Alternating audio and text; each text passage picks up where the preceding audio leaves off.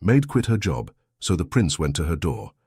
I accepted that you left, but my heart didn't. Before we begin this beautiful period romance story, tell me in the comments where you're listening from. I love knowing where you're joining me from. Emily Carter had just finished setting the breakfast tray outside the antechamber when Mrs. Brackley's voice cut through the corridor. Emily. Now. Emily paused with her hand still on the silver handle. Mrs. Brackley did not raise her voice. She never did. That was what made it worse. Yes, ma'am. Leave it. Come with me. A footman glanced up and then looked away, as if he had been trained to forget what he saw. Emily followed Mrs. Brackley past the servants' stair and into a narrower passage where two maids stood stiffly beside the wall. Mary Finch was one of them. Mary's lips parted as if to speak, but Mrs. Brackley's look silenced her. Emily's stomach tightened. Mrs. Brackley stopped before a small sitting room used for household matters.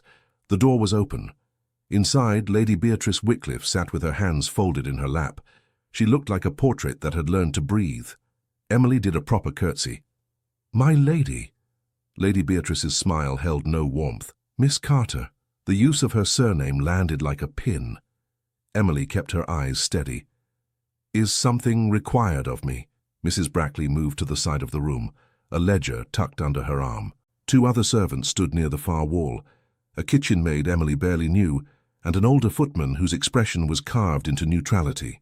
Lady Beatrice spoke as if discussing the weather. A brooch is missing, a small thing. Emerald stones, a sentimental piece. Emily did not react. She had learned long ago that shock pleased certain people. Mrs. Brackley cleared her throat. Lady Beatrice's jewel case was found unfastened after tea yesterday. Her ladyship believes it is best we address the matter promptly. Emily felt the room tilt, not from dizziness but from the sudden cold change in the air. Address it how, ma'am? Lady Beatrice's head angled slightly. You were in my rooms yesterday afternoon. I carried the linen, my lady, and I placed the clean collar box on the dressing table as I was instructed. Indeed. Emily waited. She did not offer more. She would not talk herself into a trap. Lady Beatrice's smile widened by a fraction. And you were alone? I was alone for a moment, my lady. The housekeeper passed me in the corridor. Mrs. Brackley's eyes flickered. I did. Lady Beatrice let out a soft sound that could have been sympathy if it had been meant that way. The brooch is not in its proper place. It is not among my things. I have searched. Emily's throat tightened. She kept her hands clasped at her waist. Then perhaps it was misplaced by accident, my lady. Lady Beatrice's gaze travelled over Emily's plain dress, her careful hair, the neatness that had once been praised as virtue. Perhaps, or perhaps someone mistook it for something they might keep. Emily felt heat rise to her face.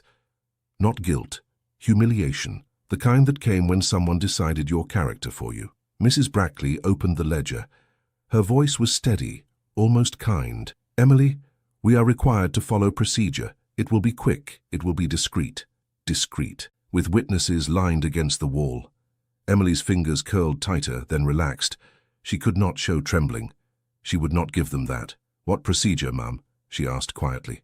Mrs. Brackley hesitated, then said, We must inspect your apron and pockets. Emily looked from Mrs. Brackley to Lady Beatrice. In front of the household, Lady Beatrice's eyes softened in a false way. If you are innocent, Miss Carter, you have nothing to fear. We all desire the same outcome. The kitchen maid swallowed. The older footman stared at the floor. Emily's chest felt too small for breath. She made herself speak evenly. I will not resist an inspection, but I will not be handled. Mrs. Brackley's mouth tightened with irritation at the impertinence of a boundary. No one will handle you. You will show your pockets yourself. Emily nodded once. Very well. Mary, still in the corridor, made a soft sound. Mrs. Brackley. Mrs. Brackley turned her head without turning her body.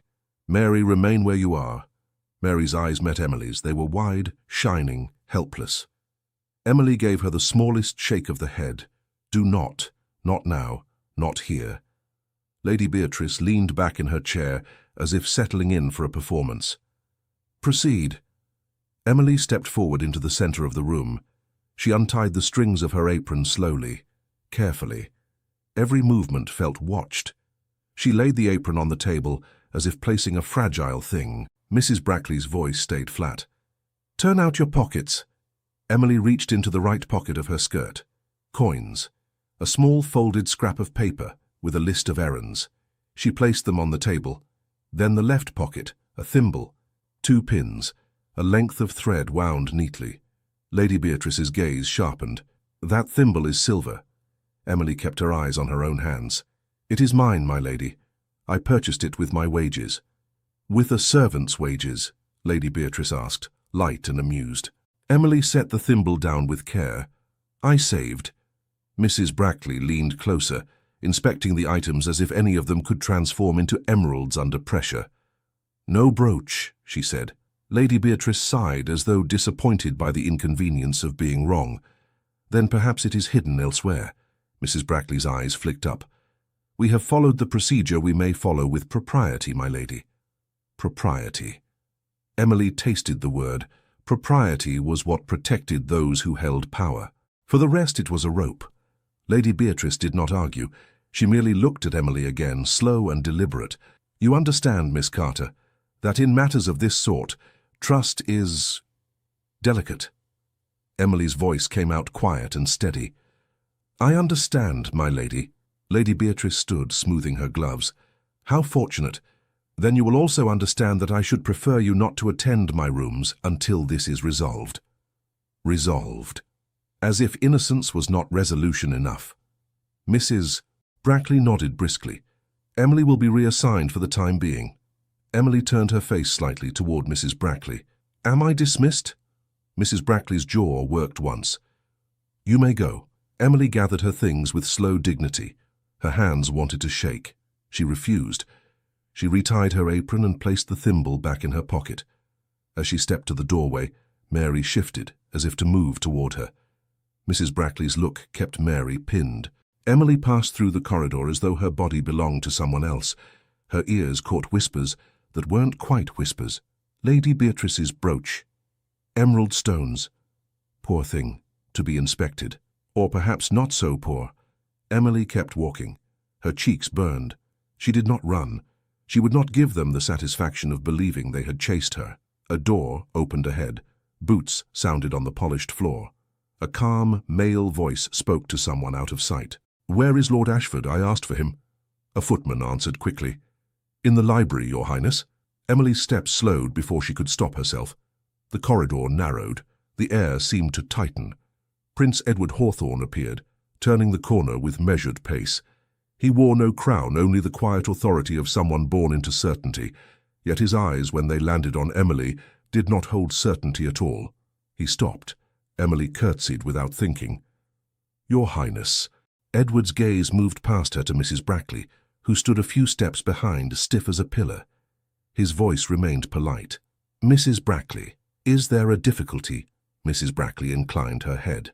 "No difficulty, sir. A household matter." Lady Beatrice's voice floated from the sitting room behind them. "Edward? How timely." Edward did not turn at once. His eyes stayed on Emily. They held a question he did not speak aloud. Emily's throat tightened. She could not speak. She would not. Not here. Not in a hallway where servants listened for any crack in her composure. Edward's voice softened almost imperceptibly. "Miss Carter." The way he said it was not like Lady Beatrice. Not a pin. Something closer to recognition. Emily kept her eyes lowered, not from submission but because looking directly at him felt dangerous. "Your Highness." He took a half-step forward, then stopped himself, as if he had remembered the invisible line between them. "You are unwell." "No." Humiliated. Cornered. Exposed. But she could not say that. "I am well, sir." Lady Beatrice came into the corridor, smiling. "It was nothing, truly. Only a trifle. A brooch. Misplaced, I am sure." Edward turned then, and the temperature shifted again. He gave Lady Beatrice a courteous nod. "A brooch," he repeated. Lady Beatrice fluttered her hand. "You know how foolish it sounds, but one must be careful. We all must." Edward's eyes narrowed slightly. "Careful." Mrs. Brackley cleared her throat. "Your Highness, the inspection found nothing. The matter is in hand." Edward's gaze returned to Emily. His voice was controlled, but something in it had changed. You were inspected. It was not a question. It was an accusation disguised as a statement. Emily felt every eye on her. Mary stood at the end of the corridor, not breathing. Emily answered with the only weapon she was allowed. Calm. Yes, sir. Edward's jaw tightened. For what reason? Lady Beatrice laughed softly. Edward, truly. You make it sound severe. It was merely a precaution. No harm done. No harm. Emily's cheeks burned hotter. Edward's tone stayed mild, but the edge beneath it was new. If no harm was done, then there is nothing to laugh at. Lady Beatrice's smile stiffened. You are unusually serious. Edward did not look away from Emily. You may return to your duties, Miss Carter. Emily's fingers curled. Return to duties, as if she could walk back into the palace as though nothing had happened. Mrs. Brackley interjected quickly. She has been reassigned, Your Highness, until Lady Beatrice's concern is resolved.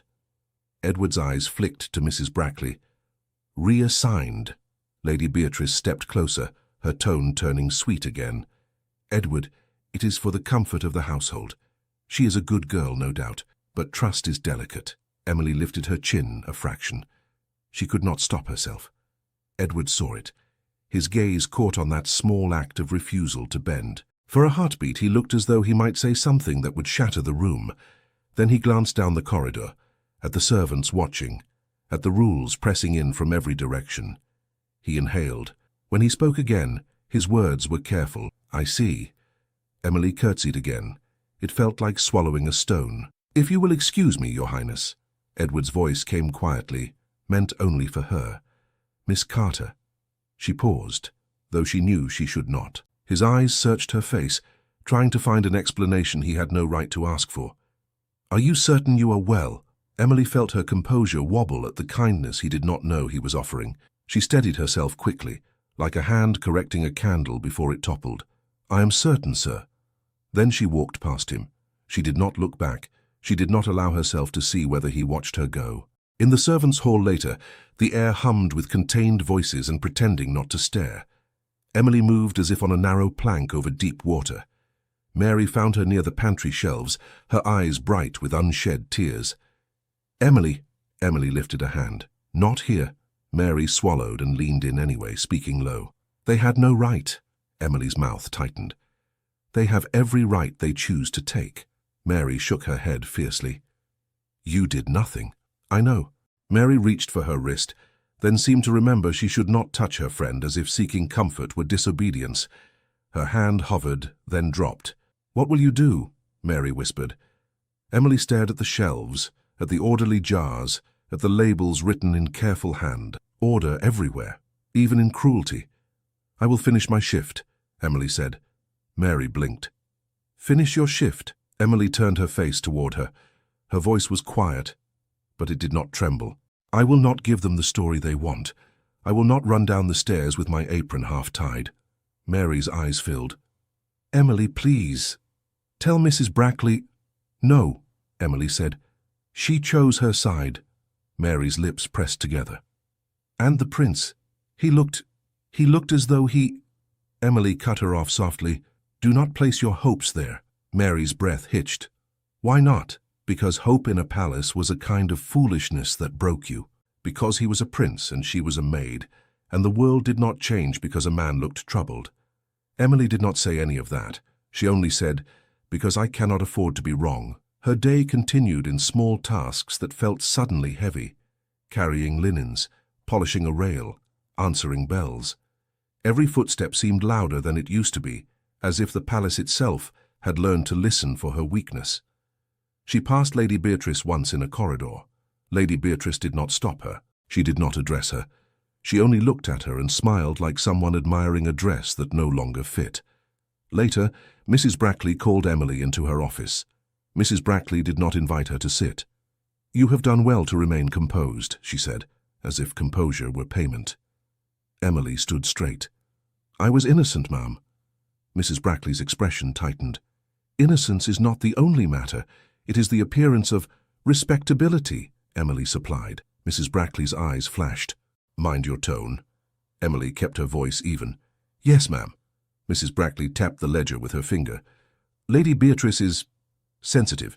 She has had unpleasant experiences in society. She is to be married well. Her possessions are important to her. Emily heard the message beneath it. Lady Beatrice mattered. Emily did not. Mrs. Brackley continued, "You will be moved from the private corridor near the royal apartments. You will work in the East Wing for now." "For now," Emily repeated. "Mrs." Brackley lifted her chin. "Until Lady Beatrice is satisfied." Emily's throat tightened. "And if she is never satisfied?" Mrs. Brackley's silence answered. Emily looked down at her hands. They were clean. They were capable. They had never stolen anything. She lifted her eyes again. "May I go, ma'am?" Mrs. Brackley nodded curtly. "Yes." Emily left the office with something settling hard inside her. Not rage, not despair. Decision. In the small attic room she shared with another maid, Emily opened her trunk. The other maid was away at supper. Emily moved quickly, not from panic, but from certainty. Mary slipped in a moment later, cheeks flushed from climbing stairs. "Emily, what are you doing?" Emily folded a plain dress with careful hands. "Packing." Mary froze. "You cannot." "I can," Emily said. Mary's voice broke. "Where will you go?" "Somewhere the walls do not listen." Mary stepped closer. "Emily, they will say whatever they wish," Emily replied. She placed the dress in her trunk and smoothed it down. "They already have." Mary swallowed. "If you leave without a reference, it will be hard. You know it will." Emily nodded once. "I know." Mary looked at her as if trying to find the crack. "Tell me you're not doing this because you're ashamed." Emily's hands stilled. She turned her head slowly. "I am not ashamed," Mary's eyes pleaded. "Then why?" "Because she could not stand one more day of being looked at like a question mark. Because the palace would keep her in a corner until she grew used to it. Because she could not live by permission." Emily chose a simpler truth. "Because I will not stay where my dignity is a favor." Mary covered her mouth with her hand. Emily took out a small sheet of paper and a stub of pencil. She sat at the narrow table and wrote with neat precision. Mary hovered. "What are you writing?" "A resignation." Mary's voice rose. "No, Emily, please." Emily did not look up. "Do not beg for me." Mary's eyes brimmed. "At least tell the prince." Emily's pencil paused. For a moment, her chest hurt in a way she refused to name. "The prince has his own world," Emily said quietly. "And I have mine." Mary whispered. "He looked after you in the corridor." "He looked," Emily answered. "Looking does not change rules." Mary wiped her cheek quickly, angry at the tear as if it were betrayal. "Let me come with you." Emily's heart clenched. "You cannot throw your position away because I am leaving mine." Mary's chin lifted stubbornly. "I am not a child." "No," Emily said, "and that is why you must be sensible." Emily finished the note. It was short. It was proper. It offered no reasons. Mary watched as Emily folded it and sealed it with a plain dab of wax from the household supply. "You will hand it to Mrs. Brackley?" Mary asked. Emily shook her head. "I will." "Tonight?" "Tonight." Emily closed her trunk. The sound was soft. It felt loud. They descended the stairs together after supper, their steps careful. The servants' corridors were quieter at that hour, but not empty. Eyes still found Emily. Whispers still followed. At Mrs. Brackley's office, Emily knocked. "Enter," came the clipped reply. Emily stepped in alone. Mary waited in the corridor, wringing her hands. "Mrs. Brackley looked up from her ledger. "Yes?" Emily held out the sealed note. "My resignation, ma'am."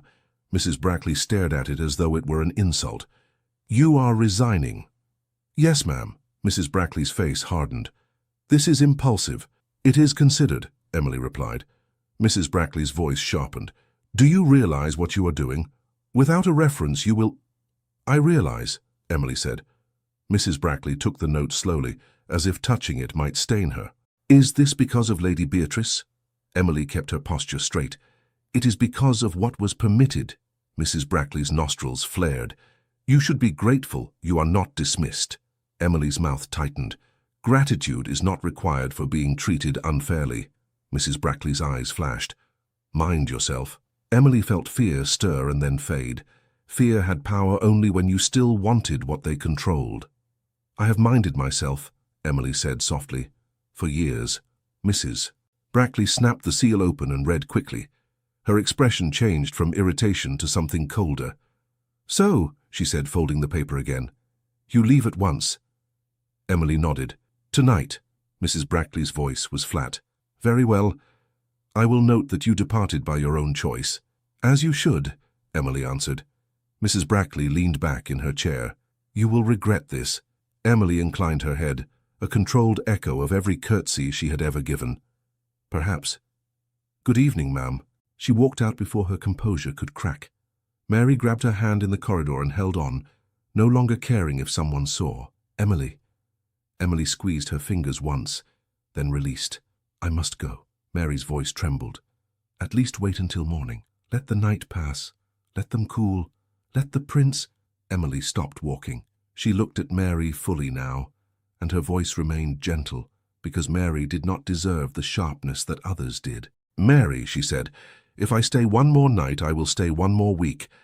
And if I stay one more week, I will teach myself to accept less than I am worth. Mary's lips quivered.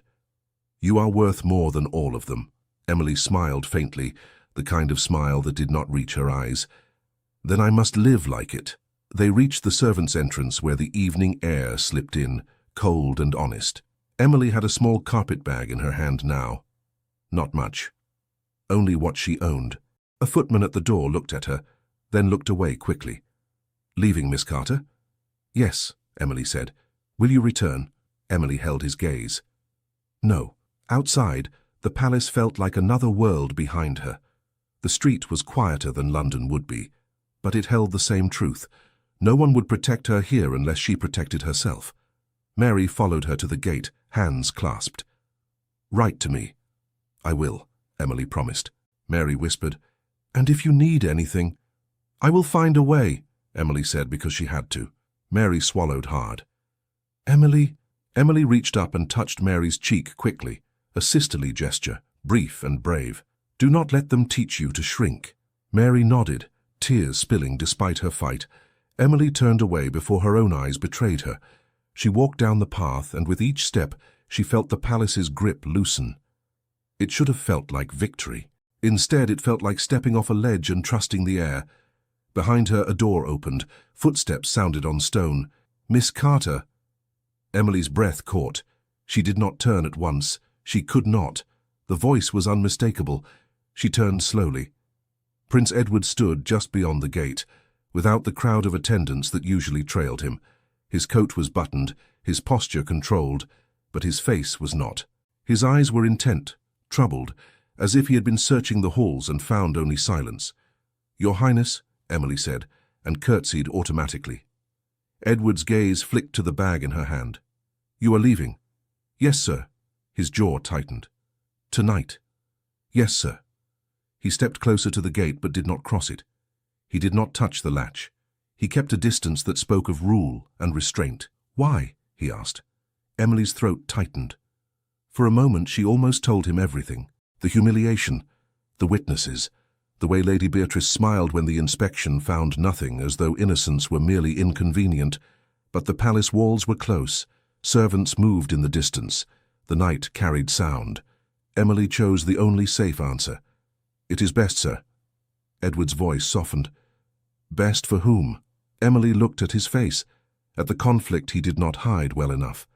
It would have been easier if he had been cold, if he had been indifferent.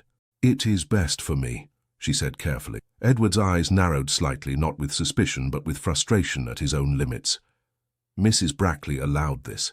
I did not require permission to resign, Emily replied, then regretted the sharpness. She steadied herself. Forgive me, sir. Edward didn't seem offended. He seemed pained. You were wronged today. Emily froze. The words were simple.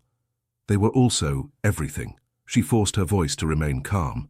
It is over, Your Highness. It is not over if it drove you from your position, Edward said. Emily swallowed. Positions are replaced. Edward flinched, as though she had struck him with a truth he hadn't wanted. He spoke more quietly. You were valued here. Emily's heart tightened in a way she refused to show. I was useful here. Edward's brows drew together. Miss Carter. Emily lifted her chin a fraction. Your Highness, you are kind to speak to me, but kindness cannot undo what was permitted. Edward's gaze held hers. If I were to ask you to remain, Emily's breath caught. Ask, not order. He knew the difference. He was trying in his own way. She answered gently. I cannot, sir, because of Lady Beatrice, he said. Emily's lips pressed together. Edward's voice sharpened by a thread. Did she accuse you directly? Emily hesitated. A pause could be interpreted as guilt. A denial could be interpreted as insult. Either way, it would become a story.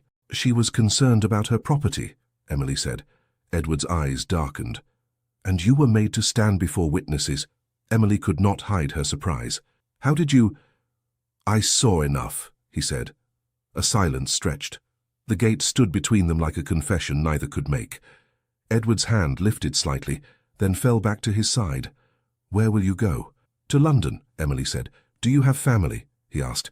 No, sir. Edward's mouth tightened. Then you have nothing.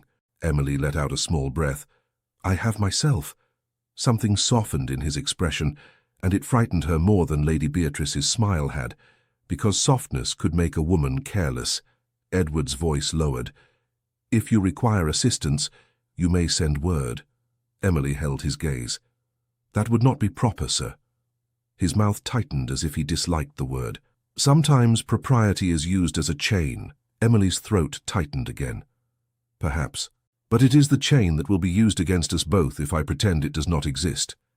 Edward stared, as if seeing the whole world in one sentence and hating it.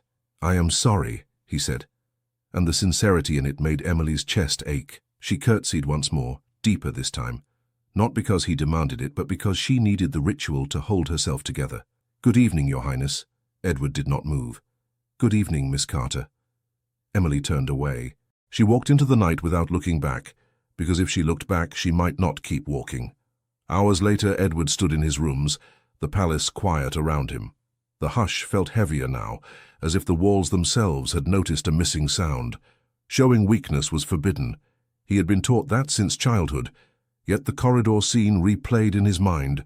Emily's folded hands, her stillness, the way she refused to be made smaller, even when everyone expected it. A valet knocked softly. Your Highness, a note. Edward took it. From whom? The valet hesitated. It was left without a name, sir. At the outer desk. Edward dismissed him with a nod. When the door closed, he looked down at the card. The handwriting was neat, controlled, almost elegant. He read the single line once. Then again.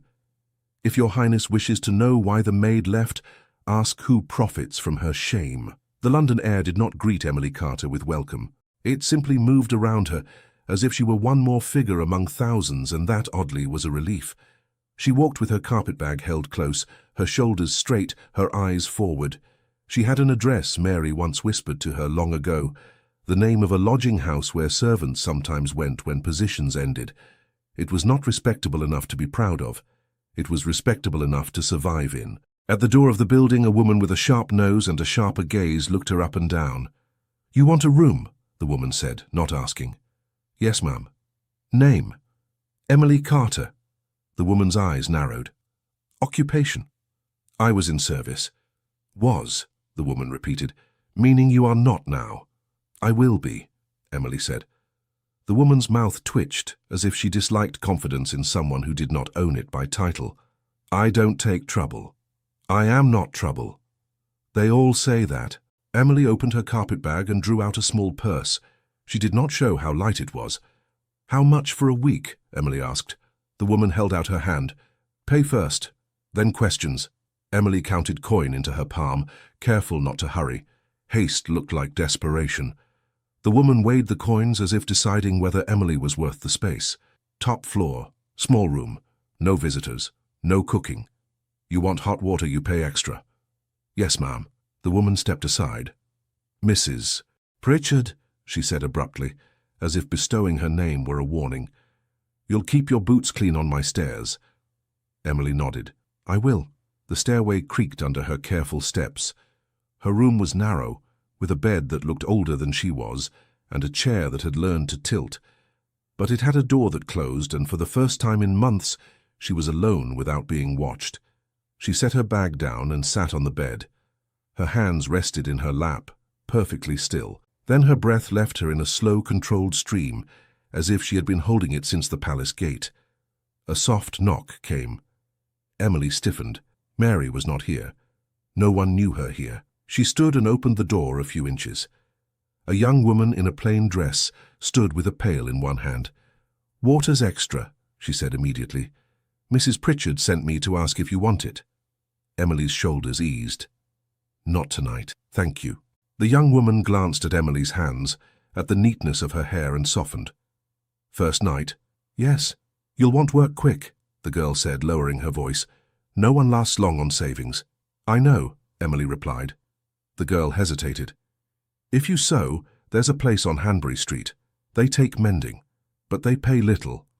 "I will go," Emily said. The girl nodded once, then left as quickly as she came, as if kindness were a thing to be hidden. Emily closed the door and turned the lock.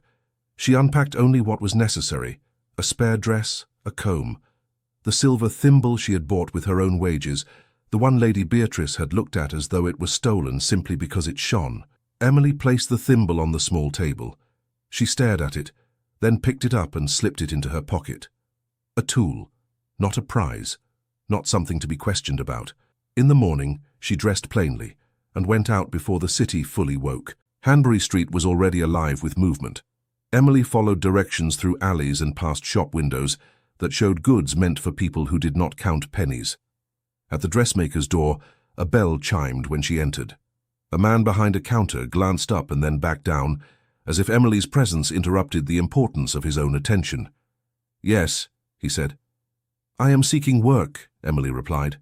"Mending, alterations. I was trained in household sewing." He looked at her again, this time lingering on her shoes, her simple gloves, the absence of any sign that she belonged to a patron. "Do you have a reference?" Emily's fingers curled once. "Not with me." "Meaning you have none?" "I have experience," Emily said. The man's mouth thinned. "Experience is claimed by every girl who walks in off the street." "I can show you," Emily said. "Give me something to mend." He leaned back slightly. "And if you take it and vanish?" "I would not," Emily answered. He let out a small laugh, not loud but sharp. "No offense, miss, but I prefer girls whose names are attached to a house. Otherwise, one never knows what sort one is dealing with." Emily held his gaze. "I am the sort who works." He shrugged. "Try the laundry at the corner. They take anyone." Emily turned without another word. She would not plead. Pleading was a habit the palace tried to teach. Outside, she walked to the laundry. The smell of soap and damp cloth hit her before she reached the door. A broad woman with red hands and tired eyes listened to Emily's request. "You can scrub?" "Yes." "You can stand all day?" "Yes." "You can keep your mouth shut and your head down?" Emily hesitated for a breath. "I can keep my work steady." The woman's eyes sharpened. "That wasn't the question," Emily answered carefully. "I can keep my mouth from causing trouble." "That'll do," the woman said. "Name?" "Emily Carter." The woman nodded toward the back. "Start now, pay is end of week. If you don't like it, leave. No one begs you to stay." Emily swallowed. "Thank you." "Don't thank me," the woman snapped. "Work."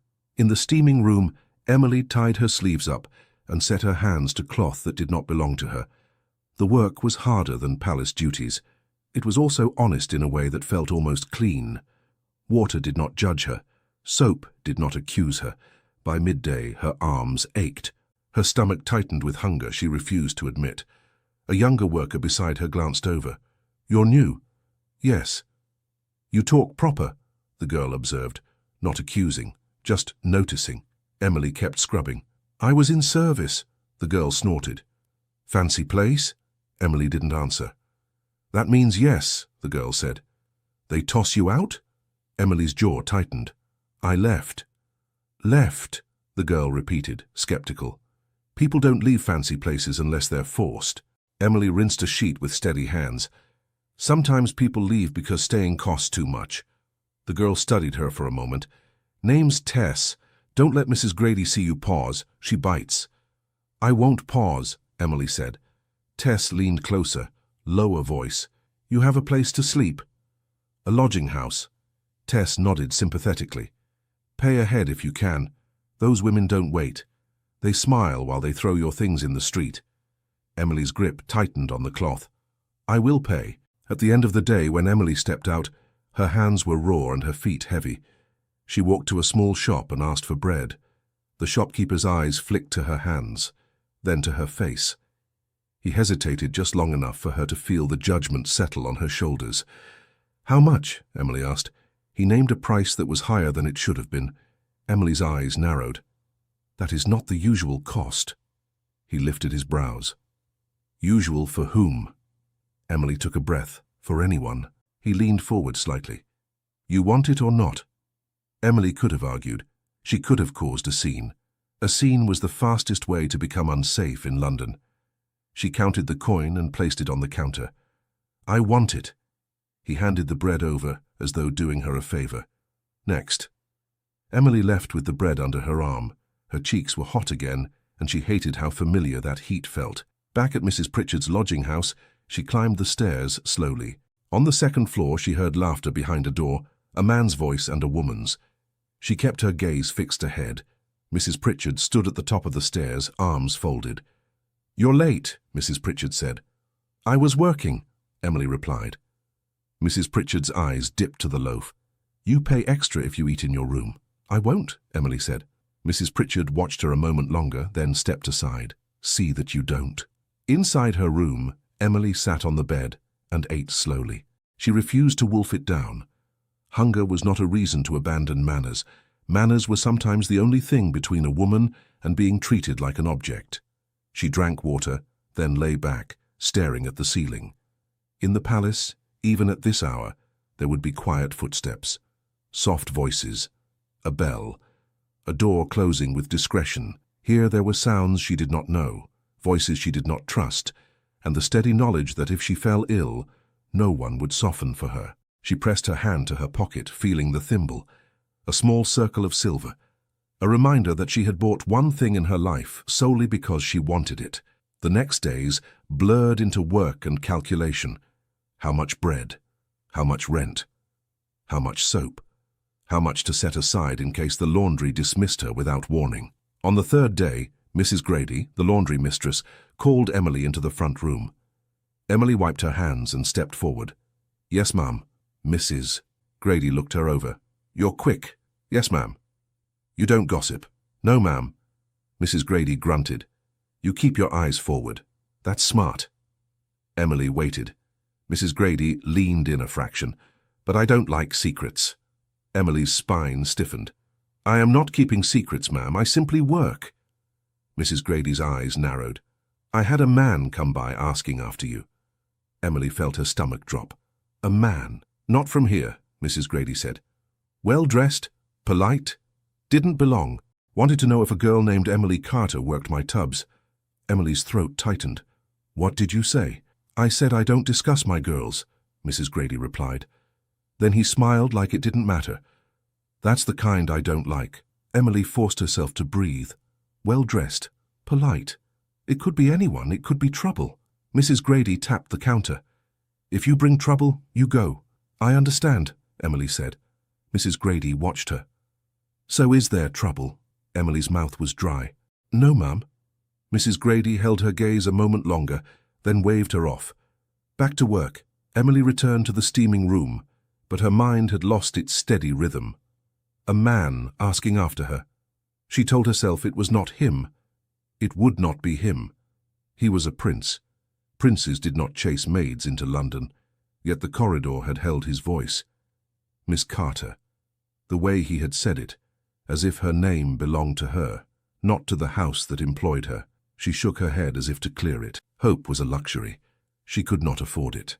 That same day in the palace, Prince Edward Hawthorne stood in the library with Lord Ashford and did not hear half of what was being said. Ashford's voice was smooth. The situation in Parliament is delicate, Your Highness. We must be seen as steady. Edward's eyes were on the window, though the glass showed nothing worth seeing. Steady, he repeated. Ashford smiled as if pleased. Precisely. Edward's hand tightened on the arm of his chair. Where is Lady Beatrice's brooch? Ashford blinked, amused. Pardon? The brooch, Edward said again, sharper now. It was the cause of a disturbance in the household. I am curious whether it has been found." Ashford's expression stayed polite. "A household trifle, surely. Hardly a matter for your concern." Edward's gaze snapped to him. "It was not a trifle to the maid who was inspected." Ashford's brows lifted. "Your Highness is unusually attentive to servants' discomfort." Edward felt the insult for what it was. A nudge, a warning wrapped in civility. He stood. "I am attentive to what is improper."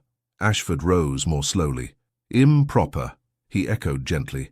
"And yet Lady Beatrice will soon be family, if all proceeds sensibly. It would not do to create an impression of discord over misunderstandings." Edward's jaw tightened. "Misunderstandings do not require public inspection." Ashford clasped his hands. "In society, impressions matter. Lady Beatrice is sensitive. She has been warned all her life that valuables attract the wrong kind of attention." Edward stared at him. "The wrong kind?" Ashford's smile did not change. "I merely mean there are those who are tempted." Edward felt something dark and hot flare beneath his ribs. It was not anger alone. It was the memory of Emily's stillness as strangers weighed her worth. He took a breath. "I received a message." Ashford's eyes sharpened by the smallest degree. "A message?" Edward held his gaze. "Anonymous, suggesting someone profited from the maid's shame." Ashford's tone remained light. "How melodramatic." Edward watched him. "Do you find it amusing, Lord Ashford?" Ashford gave a slight bow of his head. "I find it predictable. People enjoy stirring the royal household with rumour. I advise you to ignore it." Edward said quietly, "I do not ignore injustice." Ashford's smile softened. "And that is why people admire you, Your Highness. Yet admiration is fragile. It can be bruised by unwise attachments." Edward's eyes narrowed. "Attachments?" Ashford's voice was almost kind. "A prince must be careful how he is seen. The world watches. It invents stories when it lacks facts." Edward turned away first, refusing to show how the words landed. He left the library and walked the corridor where Emily had stood. Another maid passed carrying linens. Her hair was slightly untidy, her eyes lowered, her steps quick. Edward stopped her. "What is your name?" The maid startled. "Lucy, Your Highness." "Lucy," Edward repeated. "Were you present the day Miss Carter was inspected?" Lucy's face went pale. No, sir. I heard of it." "Who spoke of it?" Lucy's mouth opened and closed. "People do, sir. It was strange." Edward kept his voice calm. "Strange in what way?" Lucy swallowed. "Lady Beatrice insisted on it. Usually Mrs. Brackley handles such matters quietly." Edward's jaw tightened. "Thank you, Lucy." Lucy hurried away as if fearful that even answering might stain her. Edward continued walking, but the palace felt like a place full of closed mouths. He returned to his rooms and found his valet laying out clothing for dinner. A new maid stood beside the dressing table, hands folded. Edward looked at her and felt nothing except a brief, sharp disappointment that she was not Emily. The maid noticed his gaze and stiffened. "Your Highness?" Edward spoke without thinking. "How long have you been in service?" The maid blinked. "Since I was 13, sir." Edward nodded as if that answered something. It answered nothing. He dismissed her with a polite wave. When she left, the room seemed to exhale. He could not keep asking questions in the palace. Every question created a trail. Every trail could be noticed by men like Ashford. So Edward chose a quieter path. The next morning he asked for a carriage, then dismissed it 2 streets from the address he had obtained through a cautious chain of inquiry. He wore a plain dark coat, no signet displayed, his hat pulled lower than usual. A single aide walked behind him, a man named Harding who knew how to be silent. Harding spoke only once. "Your Highness, if this is unwise—" Edward cut him off without looking back. "Do not call me that here." Harding adjusted. "Sir." Edward nodded. "If anyone asks, I am not here." Harding's mouth tightened. "Understood." They walked toward the lodging house. Edward's boots met uneven pavement. The city smelled of work and damp stone. He passed men pushing carts, women with baskets, children darting like sparrows. No one bowed. No one stepped aside. And he realized with an odd weight that Emily had stepped into this without a title to protect her. At the lodging house door, Mrs. Pritchard stood as if she had been placed there by suspicion itself. Edward spoke politely. "Good day." Mrs. Pritchard looked him over and did not soften. "We're full." "I am not seeking a room," Edward replied. "I am looking for Miss Emily Carter." Mrs. Pritchard's eyes sharpened. "Why?" Edward kept his voice steady. "I wish to speak with her." Mrs. Pritchard crossed her arms. "Men always wish to speak." Edward held her gaze.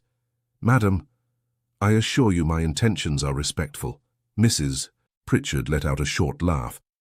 "Respectful is what men say when they want a girl to open a door." Harding shifted behind Edward, but Edward lifted a hand slightly, stilling him. Edward spoke gently. "I will not enter unless invited. I will not trouble her. I only ask if she resides here." Mrs. Pritchard's face remained hard. "And if she does, I will speak to her at the threshold," Edward said. "In your sight, if you prefer." Mrs. Pritchard studied him, suspicious, yet curious. "You speak too proper for this street." Edward did not deny it. Mrs. Pritchard's eyes narrowed. "Who are you?" "A friend," Edward said, and hated how small the word sounded. Mrs. Pritchard looked past him, as if expecting a carriage to appear. "Friends don't arrive with quiet men behind them." Edward kept his tone even. "She is in no danger." Mrs. Pritchard stared a moment longer, then jerked her chin toward the stairs. "Wait there, and if you cause a scene, I'll have you out." "I will not cause a scene," Edward said. Mrs. Pritchard marched up the stairs, her steps loud enough to announce that she controlled this house. Edward waited at the bottom, his hands loose at his sides, though his chest felt tight. Harding stood a few feet away, eyes scanning the narrow hall. Mrs. Pritchard knocked on a door above. Edward heard her voice, muffled but sharp. "Emily, there's a gentleman." A pause, then another voice, softer, controlled. "A gentleman." Mrs. Pritchard again, impatient. "Yes, wants to speak." Another pause, longer. Edward's breath caught when he heard the sound of the lock. Emily appeared at the top of the stairs. She did not step down. She stood where she could retreat quickly if she chose. Her face was paler than it had been in the palace, and there was a new weariness at the corners of her mouth. Yet her posture was the same, straight, careful, proud. Her eyes landed on Edward and widened. For a moment, her composure wavered. Then it snapped back into place like a curtain dropped. "You," she said quietly. Edward looked up at her as though the stairway were a gulf. "Miss Carter." Mrs. Pritchard's gaze bounced between them. "You know him." Emily's mouth tightened. "Yes." Edward spoke quickly, gentle but firm. "Madam, may I have a moment with her?" Mrs. Pritchard snorted. "In my house, with my girl upstairs?" "No," Emily's voice cut in. "I will speak with him at the door." Mrs. Pritchard frowned. "Emily, I will speak at the door," Emily repeated, and there was something in her tone that allowed no argument. She descended the stairs. Her steps were steady, but Edward noticed the slight stiffness in her fingers, the way she held her hands close, as if protecting them. The laundry, the work, the cost. When Emily reached the bottom, she stopped 2 paces from Edward. The space between them was deliberate. Harding looked away, pretending to examine the wall. Mrs. Pritchard hovered near the doorframe, a watchful sentinel. Emily spoke first. "Why are you here?" Edward kept his voice low. "To ask if you are well." Emily's eyes flicked over him. Plain coat, plain hat, but he could not hide what he was. Not entirely. "I am well enough," she said. Edward's mouth tightened. "That is not an answer." "It is all you may have," Emily replied. Mrs. Pritchard made a small sound of approval, as if pleased a girl in her house had spine. Edward took a breath. "I should have stopped it." Emily's gaze sharpened. "Stopped what?" "The inspection," Edward said. Emily's expression did not change, but her eyes brightened with something dangerous. "And could you have stopped it, sir?" Edward hesitated. It was a hesitation filled with truth. Emily nodded once. "Then there is no point speaking of what should have been done." Edward's voice stayed gentle. "There is a point if it drove you here." Emily's jaw tightened. "I chose to leave." "Because you were cornered," Edward replied. Emily looked past him for a second, toward the street, as if reminding herself that she belonged to herself now. Then she looked back. "Your Highness," she said, the title coming out like a wall, "you cannot mend what happened by stepping into a lodging house." Mrs. Pritchard's eyes widened slightly at the title. Edward's face tightened. "Do not say that here." Emily lifted her chin. "Then do not come here." Edward swallowed. "I did not come to trouble you." Emily's voice stayed steady. "But you have." Mrs. Pritchard leaned in slightly, hungry for explanation, but Emily did not look at her. Edward spoke more carefully. "I received a message. Someone implied there was a reason for what happened, a reason beyond a missing brooch." Emily's eyes narrowed. "And you came to ask me for that reason." "I came to ask if you were harmed," Edward said. Emily's mouth tightened. "Harmed." Edward's gaze dropped briefly to her hands. They were redder than before, the skin roughened at the knuckles. Emily noticed his glance and slid her hands behind her back. Edward's voice softened. "You are working?" "Yes," Emily said. "Where?" Emily's eyes flashed. "Does it matter?" "It matters to me," Edward said, and the words came out too quickly. Emily's breath caught. She recovered at once. "It should not." Edward looked as if he had swallowed something bitter. "Miss Carter, I am trying to—" "To do what?" Emily asked quietly. "To soothe your conscience?" Edward flinched. "No."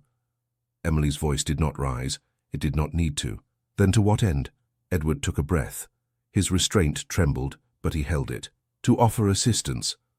Mrs. Pritchard made a scornful sound. "There it is." Emily's eyes closed for the briefest second, as if staving off exhaustion. When she opened them, she looked directly at Edward. "I will not accept assistance," she said. Edward kept his tone calm. "You do not know what I mean." "I know enough," Emily replied. "It would bind me." "It would not bind you," Edward said. Emily shook her head once. "Everything binds a woman when it comes from a man with power." Edward's jaw tightened. "I could help you find employment. Somewhere respectable."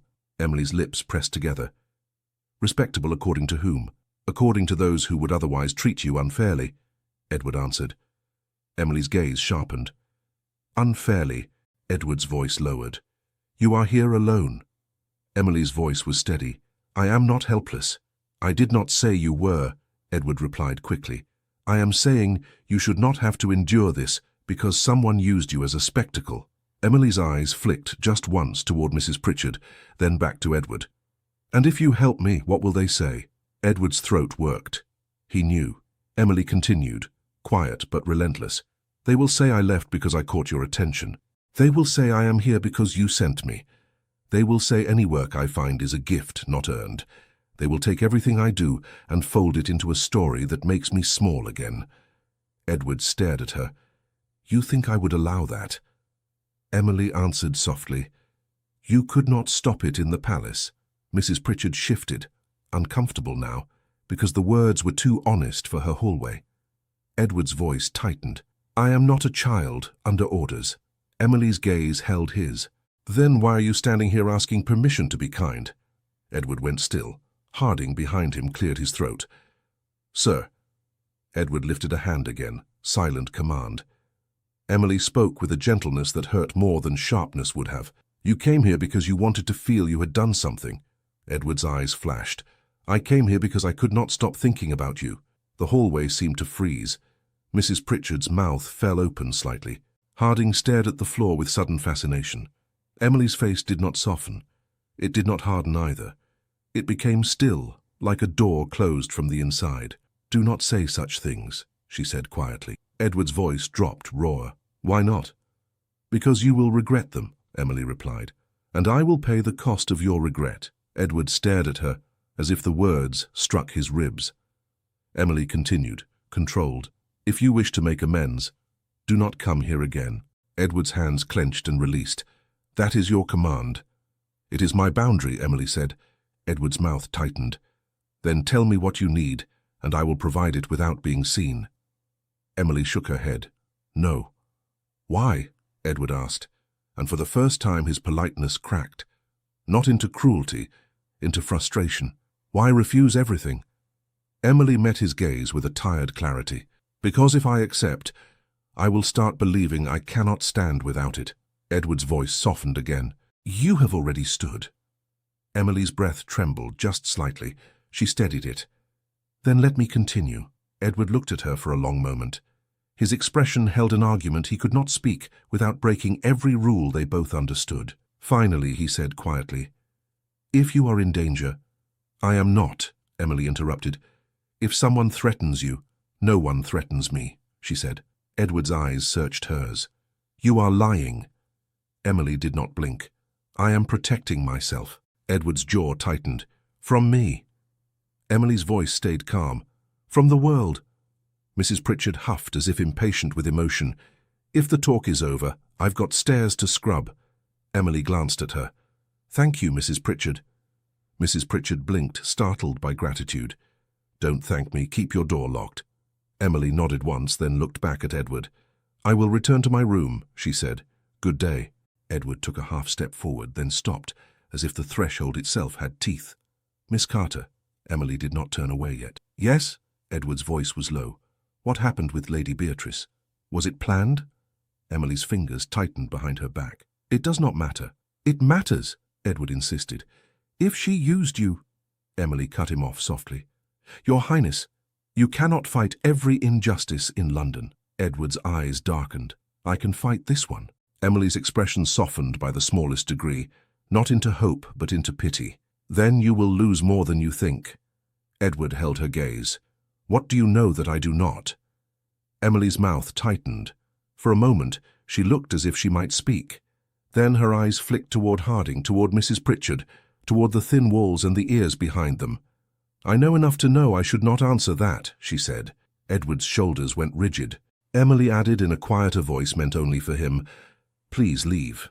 Edward stared at her as if memorizing the shape of her refusal. Then he nodded once, the movement stiff. "Very well." He turned toward the door. Mrs. Pritchard stepped aside, suspicious gaze following him. "Mind your step, sir." Edward paused at the threshold. He did not look back at Emily. If he looked back, he might not leave. He stepped out. Harding followed.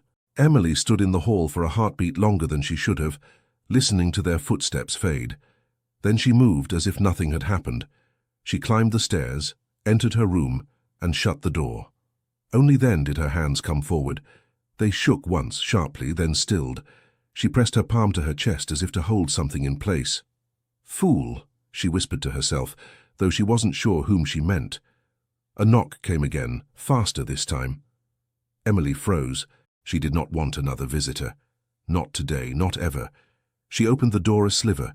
Mrs. Pritchard stood there, and behind her the girl with the water pail hovered, eyes wide with curiosity. Mrs. Pritchard jerked her chin. "Inside." Emily stepped back, confused. "Is something wrong?"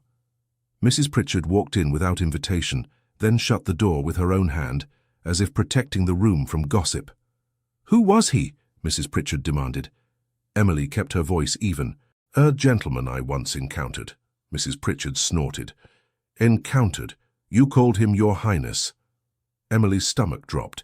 Mrs. Pritchard's eyes gleamed. "You think I don't know what I hear? I've been alive longer than you've been breathing." Emily's throat tightened. "Please keep your voice down." Mrs. Pritchard leaned closer. "So what are you? A fallen lady? A kept girl? Something worse?" Emily's eyes flashed. "I am none of those things." Mrs. Pritchard studied her, then looked away as if recalculating. "Then why would a prince come here?" Emily's jaw tightened. "He should not have." Mrs. Pritchard's lips pressed together, suspicious, shifting into something else, something like fear. "If you're mixed up in that kind of thing, it brings attention. Attention brings trouble, and trouble brings officers at my door." Emily swallowed. "I am not mixed up in anything." Mrs. Pritchard's eyes narrowed. "Prove it." Emily held her gaze. "I cannot prove what I did not do." Mrs. Pritchard clicked her tongue. "That's what they all say." Emily's hands stayed at her sides, still. "If you wish me to leave, I will." Mrs. Pritchard blinked. "Leave, and lose my rent?" Emily answered quietly. "I will not stay where I am spoken to like a suspicion." Mrs. Pritchard's expression shifted again. She seemed almost annoyed at Emily's refusal to beg. She reached into her apron pocket and pulled out a folded paper. "This came earlier. A boy delivered it. Didn't pay for a message like proper folk do, just tossed it at my door like it was nothing." Emily's stomach tightened. For me. Mrs. Pritchard thrust it toward her. Your name's on it. Emily took it with careful fingers. The paper felt heavier than it should have. She stared at the handwriting. Emily Carter. Mrs. Pritchard watched her face closely, eager for cracks. Well, what is it? Emily's mouth was dry. I have not opened it. Mrs. Pritchard huffed. Open it then, unless it's full of secrets. Emily hesitated only a moment, then she unfolded it. The page was crisp, official, the words arranged like a judge's expression. Her eyes moved over the lines once, then again, slower. Mrs. Pritchard leaned in. What does it say? Emily's fingers tightened on the paper until it creased. At the bottom was a name she did not recognize, followed by a title that made her throat tighten. Clerk, Inquiry Office. Mrs. Pritchard jabbed a finger toward the page. Read it. Emily's voice came out low, controlled, as if speaking louder might make it real. It requests my attendance. Attendance where? Emily swallowed. Her eyes caught on one line that seemed to burn. Mrs. Pritchard's voice sharpened. Well? Emily lifted her gaze, and for the first time since leaving the palace, the calm in her eyes faltered. It is regarding the matter of Miss Carter's identity. Emily read the sentence again, as if her eyes might be mistaken. Mrs. Pritchard watched her like a cat watches a mouse that insists it is not frightened. Well, Mrs. Pritchard demanded, what does that mean, identity? You hiding a husband? A crime? A different name? Emily folded the paper with careful precision. It means someone wants to ask questions. Mrs. Pritchard snorted. Someone always wants to ask questions. The question is why? Emily placed the paper on her table. I do not know. Mrs. Pritchard's eyes narrowed. Don't lie to me in my house. Emily lifted her chin. I'm not lying, I am being cautious. Mrs. Pritchard hesitated, then jabbed her finger toward the paper. If officials come here, I won't protect you. I'm not asking you to, Emily said. Mrs. Pritchard huffed as if insulted by dignity. Good, because I don't. She turned toward the door, then paused. If you're smart, you'll go tomorrow and get it done. If you're not smart, you'll pretend it isn't real until it grows teeth. Emily's stomach tightened. Thank you for the advice. Mrs. Pritchard looked almost startled again by gratitude. She left, closing the door with a firm click. Emily stood very still. Tess's voice echoed in her mind. Pay ahead if you can. Those women don't wait. Emily looked at her trunk. She had not opened it properly since arriving. She had been afraid of what she might find inside her own memories. Now the paper on the table made fear pointless. She knelt, opened the trunk, and lifted a wrapped bundle of cloth. Inside was a tarnished locket on a frayed ribbon, and beneath it a folded note in faded ink. The paper was worn at the edges, as if it had been unfolded too often by hands that could not let it go. Emily's mother's handwriting. Emily did not read it yet. She held it, and her throat tightened until she had to breathe through her nose. Not now, she whispered. She placed the note back, kept the locket, and stood. At dawn, she went to the laundry as usual. She scrubbed, rinsed, wrung cloth until her arms burned. She kept her face calm. Mrs. Grady noticed anyway. You look like you swallowed a stone, Mrs. Grady said. I'm fine, Emily replied. Mrs. Grady's eyes narrowed. I didn't ask if you were fine. I said you look like trouble. Emily kept her hands moving. There is no trouble. Mrs. Grady leaned closer. If a well-dressed man comes again, he won't, Emily said. Mrs. Grady's mouth twitched. You sound sure. Emily swallowed. I asked him not to. Mrs. Grady grunted. Men don't listen when a girl asks. Emily did not answer, because she did not know if that was true of him. At midday, Emily asked permission to leave early. Mrs. Grady stared at her. You'll lose pay. I understand, Emily said. Mrs. Grady's eyes narrowed. Where are you going? Emily forced herself to speak plainly. I received a notice. I must attend an office. Mrs. Grady's expression tightened. What sort of office? I do not know, Emily replied. Mrs. Grady made a sound of disgust. That's always how it begins. Go then. But if you bring officers to my tubs, you won't come back. I understand, Emily said again. She walked to the address on the notice. her step steady though her stomach churned. The building was plain. The sign was official enough to make her palms damp. Inside, a clerk sat behind a desk. He looked up slowly as if Emily were an interruption to his day, rather than the subject of his letter. "Name," he said. "Emily Carter," she replied. He took the notice from her hand without thanks. He compared it to a paper on his desk, then nodded. "Sit," he said. Emily sat on the edge of a hard chair. The clerk examined her as if her face could confess without words. "You were employed at the royal household." Emily's breath caught. She kept her voice even. "Yes." "And you left without reference," he said. "I resigned," Emily corrected quietly. The clerk did not react. "You are aware that certain persons have expressed concern." "Concern about what?" Emily asked. He leaned back. "Your identity." Emily's fingers tightened around the edge of the chair. "I am Emily Carter." He lifted a paper. "How convenient." Emily did not flinch. "If you mean my birth, I can tell you what I know." The clerk's eyes narrowed. "Tell me." Emily chose her words with care. "My mother's name was Anna. She died when I was young. I was placed in service. I have used the name Carter because it was given to me." The clerk tapped the paper. "And your father?" Emily's throat tightened. "I do not know him." The clerk watched her like someone waiting for a crack. "Do you have proof of your baptism?" "No," Emily said. "Do you have proof of your mother's lawful status?" he asked. Emily's cheeks warmed. "What do you mean by lawful?" He gave a small, cold smile. "It means what it means." Emily's jaw tightened. "My mother was respectable." "Respectable is not a document," the clerk replied. Emily forced herself to breathe. "Why is this being asked now?" He shuffled papers. A report was made. "By whom?" Emily asked. He glanced up. "Not your concern." Emily's voice stayed calm, but sharper. "You wrote to me. You made it my concern." The clerk leaned forward slightly. "Mind your tone, miss." Emily steadied herself. "I am answering.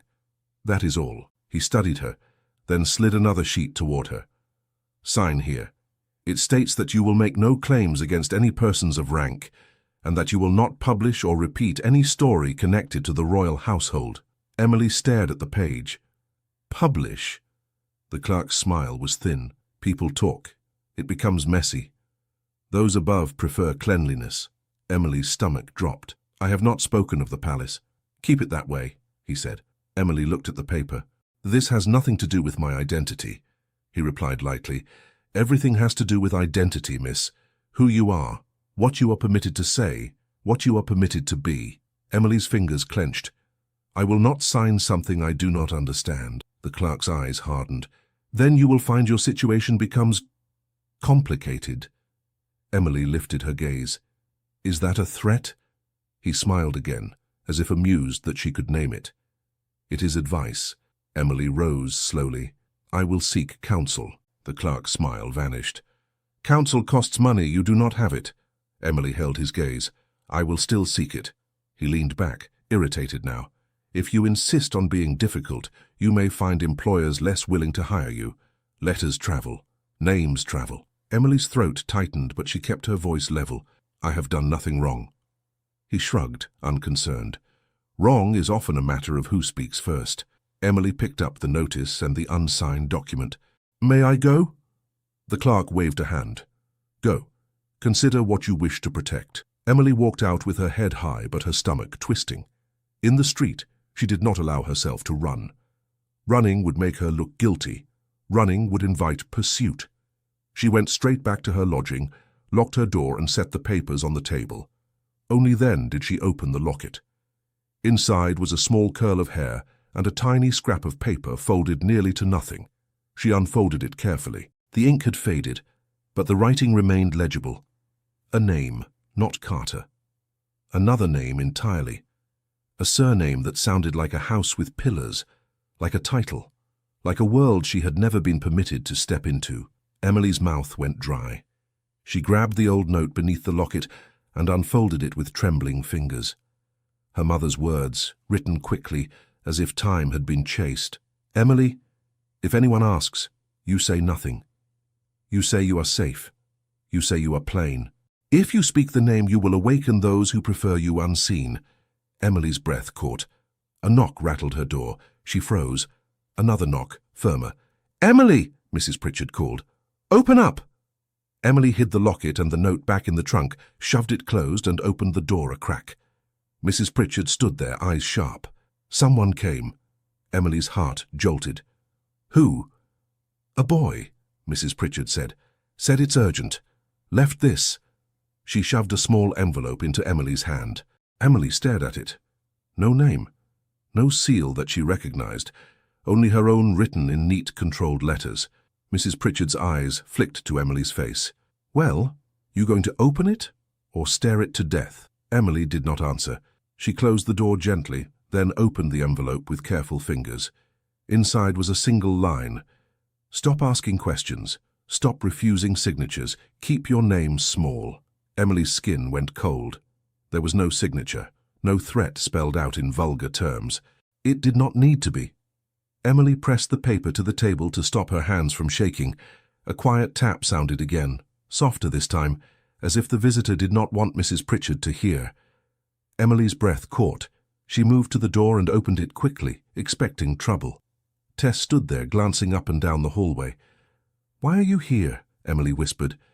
Tess held out a small, wrapped bundle. "I brought soap. Mrs. Grady said you left early. She doesn't like surprises." Emily stared at her. "I didn't ask." "I know," Tess cut in softly, "but you looked like someone was closing a net around you." Emily swallowed. "Thank you." Tess's eyes darted to the door behind Emily. "Are you all right?" Emily forced her voice to stay steady. "I will be." Tess hesitated, then said, "That man, the one who came before, he came again yesterday. I saw him from the back door." Emily's stomach dropped. "You saw him?" Tess nodded. "He stood on the pavement like he owned it, but he didn't act like other men. He didn't stare at girls, he just waited." Emily's throat tightened. "What did he do?" "He left," Tess said. "But he left money with Mrs. Pritchard." She tried to refuse. "He didn't argue, he just set it down and walked away." Emily's breath caught. "Money?"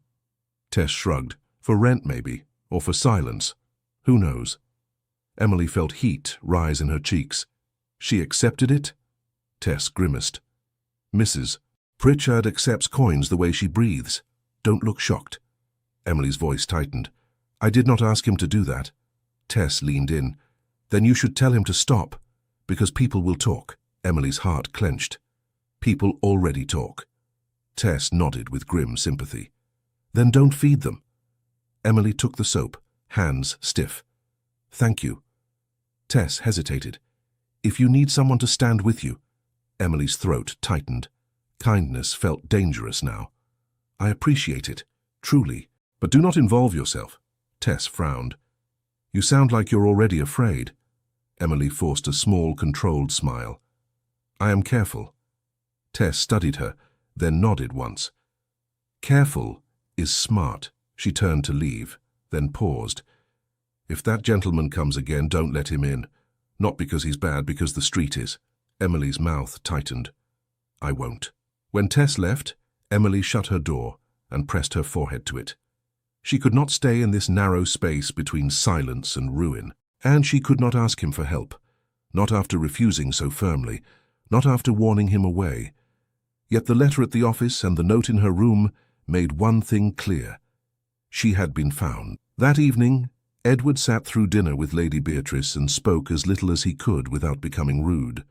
Lady Beatrice smiled at him with perfect gentleness. "You have been distracted. I have had much to consider," Edward replied. "About what?" she asked, as if his mind were a garden she expected to stroll through. Edward took a sip of water. "About duty." Lady Beatrice's smile widened. "How admirable." Across the table, Ashford watched with mild interest.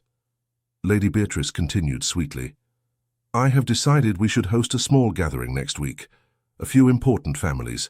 A chance to show unity." Edward's jaw tightened. "Unity?" Ashford lifted his glass slightly. "A wise idea." Lady Beatrice looked pleased. "And I should like to see the East Wing restored. It has been neglected." Edward set down his glass. "I am sure Mrs. Brackley will attend to it." Lady Beatrice's gaze sharpened. Mrs. Brackley is capable, but she requires direction. Edward heard the meaning behind the words. The household must move as Lady Beatrice wished. People must be placed where she wanted them. People must be removed if they did not suit her comfort. Edward spoke calmly. The household is not a toy. Lady Beatrice's smile held, but the warmth vanished. What an odd thing to say. Ashford set down his fork. Your Highness has been concerned with household matters of late. Edward met his gaze. Because I have witnessed what happens when they are handled without conscience. Lady Beatrice laughed lightly. Oh, Edward, conscience is a luxury. Society runs on decisions. Edward's voice was even but colder. And yet society calls itself moral. Lady Beatrice's eyes flashed. Are you implying something about me? Edward did not answer, which was answer enough. After dinner, Ashford requested a private word. Edward followed him into a smaller sitting room, the kind used for quiet agreements. Ashford shut the door gently. You went to London? Edward's spine stiffened. You have no proof. Ashford smiled. I do not need proof. I need patterns. You have been asking questions. You have been restless. And then suddenly a maid is living in a modest lodging house, and a gentleman appears asking after her. Edward's voice stayed controlled. You have people watching her. Ashford's smile remained polite. The world watches, Your Highness. I merely listen. Edward stepped closer. Why is her identity being questioned? Ashford tilted his head. Ah, so you know. Edward's eyes narrowed. Answer me. Ashford's tone softened, almost sympathetic. Because she is not as plain as she appears. And plainness is her only protection. Edward's jaw tightened. Protection from whom? Ashford looked at him steadily. From those who would use her story to bruise you. Edward's chest tightened. Or to control me. Ashford's smile flickered. Control is such an ugly word. I prefer guidance. Edward's voice hardened. You caused this. Ashford's brows lifted. Caused what? The accusation, the inspection, the humiliation, Edward said. Ashford's gaze held his. I caused nothing. Lady Beatrice is a woman with preferences. Mrs. Brackley is a woman with rules. The household is a machine. Machines do what they are built to do. Edward's hands clenched and released. And you built it. Ashford shrugged. I maintain it. Edward took a breath. If you are behind the inquiries into Miss Carter's identity... Ashford interrupted gently. Emily. Edward froze at the use of her given name. Ashford's smile sharpened. You have begun to think of her as a person who belongs to your thoughts. That is precisely why this must end. Edward's voice lowered. What is her secret? Ashford's eyes gleamed with calm certainty. A name. A past. A paper that proves something certain families would rather forget. Edward leaned forward slightly. Where is that paper? Ashford did not move. Safe. Edward's jaw tightened. Give it to me. Ashford's tone remained polite. Why? So she can be left alone, Edward said. Ashford smiled as if indulging a child. You cannot buy silence with morality, Your Highness. You can only exchange it for something of equal value. Edward's eyes narrowed. What do you want? Ashford's voice became softer. Stability. Edward stared. Meaning Lady Beatrice. Ashford inclined his head. A suitable match. A calm public story. No wandering into lodging houses. No questions about servants. No attention on a girl with a complicated name. Edward's voice sharpened. So you are using her. Ashford's smile did not falter. I am protecting the crown. Edward took a step closer. By threatening an innocent woman. Ashford lifted his hand slightly, as if calming an excitable animal. Threatening is not necessary. It is simply consequence. Edward's eyes burned. What consequence? Ashford's gaze held his without flinching. If you insist on this fixation, her name will be spoken in the wrong rooms. Her employment will vanish. Her lodging will become intolerable. Questions will grow, and the story will not be kind. Edward's throat tightened. You would ruin her life to steer mine. Ashford's smile softened again. Lives are ruined every day for less. At least this would serve a purpose. Edward's hands trembled once, then stilled. You are not as loyal as you claim. Ashford's eyes cooled. I am loyal to the institution that keeps you safe. Edward's voice dropped, dangerous in its quiet. And if I refuse? Ashford looked at him for a long moment, as if weighing how much truth to reveal. Then he reached into his inner pocket and drew out an envelope. He did not hand it over. He simply held it where Edward could see the corner of aged paper inside, the faint ink, the kind of document that could not be invented cheaply. Edward's breath caught. What is that? Ashford's voice was gentle, the missing proof. Edward stared at the envelope, as if it were a blade held without steel. Ashford continued calmly, I will keep it safe, of course, unless you force my hand. Edward's jaw tightened. What hand? Ashford's smile became thin, precise. Agree to Lady Beatrice, Your Highness, or Emily Carter will be discussed publicly until there is nowhere left for her to stand. Emily did not sleep. She sat on the edge of her bed with her hands folded, listening to the lodging house breathe around her. Doors opening, doors closing, someone laughing too loudly, someone coughing too long. The note on her table stared at her as if it were an eye. Stop asking questions. Stop refusing signatures. Keep your name small. She folded it and put it beneath the bread wrapper, as though hiding it would make it weaker. A soft knock came after dawn. Emily stiffened. Emily, Mrs. Pritchard called, already impatient. You got another one. Emily opened the door. Mrs. Pritchard held out a second envelope. What is it this time? Mrs. Pritchard asked. A summons to the gallows? A love letter from your prince? Emily ignored the bite and took the envelope. Mrs. Pritchard leaned in. If you bring ruin to my door, I won't, Emily said, voice steady.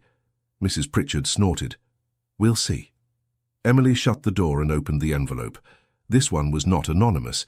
It bore a stamp and a formal heading, the kind of paper that made people stand straighter, even when alone. A request phrased politely to attend a meeting at a specified address, not the inquiry office, another place entirely, a place tied to the royal household. Emily's hands went cold. She read the name at the bottom. Harding. No title, no flourish, just the name of the aide who had stood behind him, looking at walls as if walls were fascinating. Emily stared at it until her eyes stung. Then another knock came, firmer. Emily's heart jumped. She did not move. The knock sounded again. Miss Carter, a man's voice said, quiet, careful. It is Harding. Emily opened the door only enough to see him. Harding stood in the hallway, hat in hand. His manner was controlled, respectful. Good morning. What are you doing here? Emily asked. Harding glanced down the hall as if aware of ears. May I speak with you briefly? Emily's fingers tightened on the door edge. If you have a message, you may speak it there. Harding gave a small nod. His Sir requests your presence. Not at the palace, at a neutral address. There is a carriage below. Emily's mouth tightened. I told him not to come again. He has not come, Harding replied. He sent me. That is still him, Emily said. Harding's expression did not change. There are developments that concern you. Emily's throat tightened. Developments arranged by men who enjoy concern. Harding held her gaze, steady. Miss Carter, I will not press you, but I will say this plainly. If you remain where you are, others will continue to reach for you. Emily felt her stomach turn. Who? Harding's jaw tightened by the smallest degree. Men who do not knock with courtesy. Emily's hands went cold. Is that a threat? It is a warning, Harding said. Emily's eyes narrowed. From whom? Harding hesitated. From the kind of influence that prefers silence. Emily's breath came shallow. And you think going with you will protect me? Harding replied. It will at least give you a chance to be heard before you are spoken about. Emily stared at him. From behind another door, a woman's voice called, Mrs. Pritchard, who is it now? Mrs. Pritchard's voice snapped back, Mind your own. Emily closed her eyes briefly. Then she opened them, calm again. Give me a moment, Emily said. Harding inclined his head. I will wait below. Emily dressed carefully, simply. She took her carpet bag, then hesitated, her trunk. She opened it and took the locket, slipping it inside her pocket. Not because she planned to show it, because she could not leave it behind to be found by curious hands. Downstairs, Mrs. Pritchard stood at the door, arms folded. She eyed Harding as if measuring his worth in coin. "You taking my tenant?" Mrs. Pritchard asked. Harding's face remained polite. "Only for a meeting, madam." Mrs. Pritchard's eyes flicked to Emily. "You coming back?" Emily held her gaze. "Yes." Mrs. Pritchard sniffed. "Then pay what you owe before you go." Emily's jaw tightened. She reached into her purse. It was too light. She counted out what she could without leaving herself empty. Mrs. Pritchard's fingers closed over the coins. "Not enough." "It is all I have today," Emily said. Mrs. Pritchard leaned closer. "Then it's all you have because you're careless." Emily's voice stayed calm. "Or because life is expensive." Mrs. Pritchard's eyes narrowed. Then she tucked the coins away. "Bring the rest tonight, or your things will be on the stairs." Emily nodded once. "Understood." Harding led her to a carriage that looked plain on purpose. No crest, no bright lacquer. Still, it was too fine for this street. People looked. Emily stepped in without flinching, though her cheeks burned. Harding spoke through the carriage door. "We will go to a townhouse near Bloomsbury." Emily's mouth tightened. "Whose townhouse?"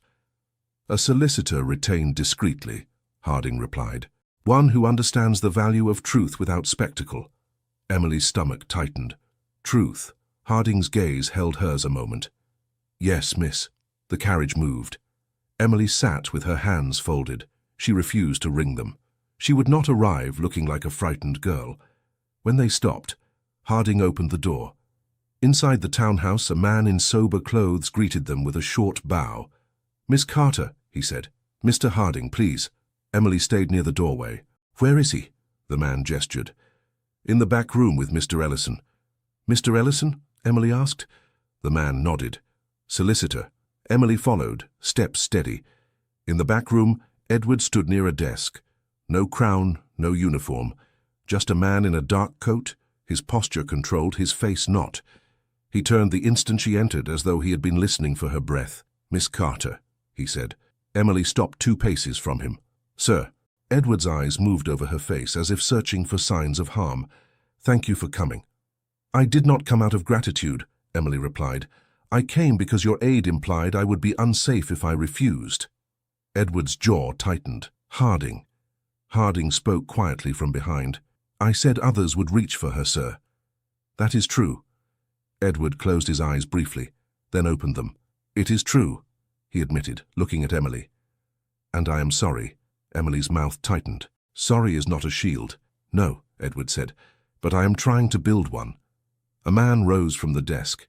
He was older, with a neat beard and calm eyes. "Miss Carter, I am Ellison. I have been asked to ensure all proceedings remain proper." Emily's gaze stayed on Edward. "Proceedings?" Edward's voice was careful. "I have information, and I have documents." Emily's stomach tightened. "What kind of documents?" Edward glanced at Ellison, then back to Emily. "The inquiry letter you received was not routine." Emily's fingers curled. "I suspected." Edward's mouth tightened. "It was arranged." Emily's voice remained calm, but her eyes sharpened. "By whom?" Edward did not answer at once. He chose the truth that could be spoken safely. "By someone who believes you are leverage." Emily's throat tightened. "Leverage for what?" Edward's gaze held hers. "For me." Emily's breath caught. "I told you not to involve yourself." Edward's voice dropped. "I know." Ellison cleared his throat gently. "Miss Carter, there is a matter concerning a missing jewel at the palace." Emily stiffened. "Lady Beatrice's brooch." Edward nodded once. "It has been found." Emily stared. "Found where?" Edward's jaw tightened. "In a dressing case that travelled with Lady Beatrice to her mother's home and returned yesterday. The lady's maid discovered it and reported it to Mrs. Brackley." Emily's mouth tightened. "Reported." Edward's eyes narrowed. Quietly. Emily let out a small breath that sounded almost like a laugh, but there was no humor in it. "Quietly." Edward spoke, controlled. "The inspection was never about the brooch." Emily's gaze sharpened. "Then what was it about?" Edward held her eyes. "It was about making you leave." Emily's chest tightened. She kept her voice steady. "Why?" Edward's jaw worked. "Because you were inconvenient." "Inconvenient," Emily repeated softly. Ellison shifted papers on the desk. Miss Carter, the household logs show you were assigned near the private corridor more often than your position required. Emily turned her gaze to him. Assigned by whom? Ellison answered. Mrs. Brackley recorded the assignments, but the requests came from Lady Beatrice's secretary. Emily's fingers went cold. So she watched me. Edward's voice tightened. Yes. Emily's throat tightened. For what? What did she think I was doing? Edward hesitated. She believed I noticed you. Emily's eyes flashed. Believed? Edward's gaze did not waver. She wanted to remove you before the story could form. Emily's mouth tightened. So she created a story. Edward nodded once, and Ashford encouraged it. Emily's chest tightened at the name. Lord Ashford. Edward's jaw hardened. He used it to pressure me. Ellison spoke calmly. There is more, Miss Carter. The inquiry office that summoned you is linked to Ashford's network of clerks and advisors. The document they asked you to sign was not lawful in the manner presented. Emily's hands went cold. They wanted to silence me. Edward's voice was quiet. They wanted to bind you. Emily looked at Edward steadily. And you brought me here to tell me this. Edward took a breath. I brought you here to tell you that you will not face them alone. Emily's voice stayed even. I have faced everything alone. Edward's eyes tightened. And you should not have had to. Emily's lips pressed together. What do you intend to do, sir? Edward glanced at Ellison. Ellison opened a folder and slid it across the desk. Edward did not touch it yet. He spoke first, as if needing her to hear it, before she saw ink and seals. Ashford showed me an envelope, Edward said. He claimed it holds proof of something in your past. Emily's stomach dropped. Proof of what? Edward's gaze held hers. Of your name. Emily's breath caught. The locket in her pocket seemed suddenly heavier. Ellison spoke gently. Miss Carter, do you know why your identity would be questioned? Emily's voice came out low. My mother told me never to speak a certain name. Edward's eyes sharpened. A name. Emily swallowed. Yes. Ellison asked, Do you know it? Emily hesitated. The room was quiet. Harding stood still by the door. Edward did not blink. Emily answered carefully. I saw it in my mother's keepsake, but I do not know what it means. Edward's voice was quiet. Tell me. Emily's fingers tightened. Why should I? Edward did not push. Then tell Ellison. Ellison's eyes were calm. Miss Carter, your safety depends on controlling the truth before others use it. Emily's mouth tightened. Truth has never protected me. Edward's voice softened. It can if it is spoken in the right place. Emily stared at him. And you believe you can give me the right place? Edward's jaw tightened. I can at least open a door. Emily took a breath. The name is Wycliffe. Silence. Edward's eyes narrowed. Wycliffe.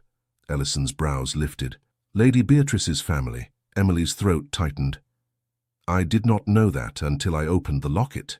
Edward's face went very still. And Ashford knows. Ellison spoke quietly. That explains the speed of the inquiry. It also explains why the household disturbance was engineered. If Miss Carter is connected to the Wycliffe line, even distantly, certain questions would follow. Emily's voice was tight. What questions? Ellison's tone stayed measured.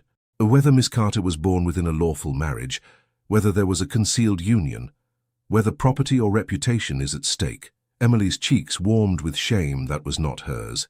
My mother was respectable. Edward's voice sharpened, immediate. I believe you. Emily looked at him. Belief is not proof.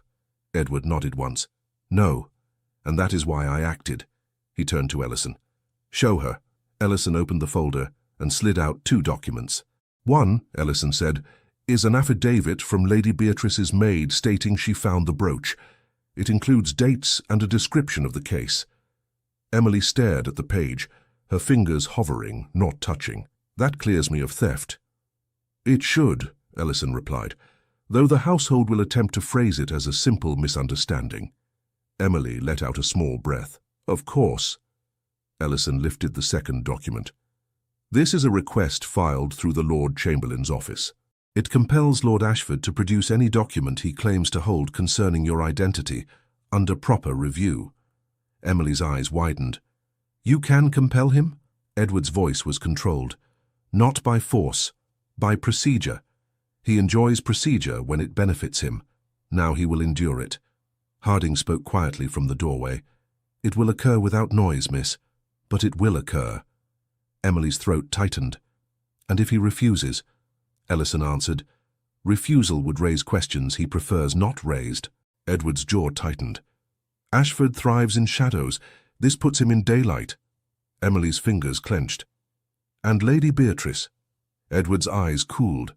She will be confronted with the affidavit. Quietly, properly. Emily stared at him. Quietly, properly.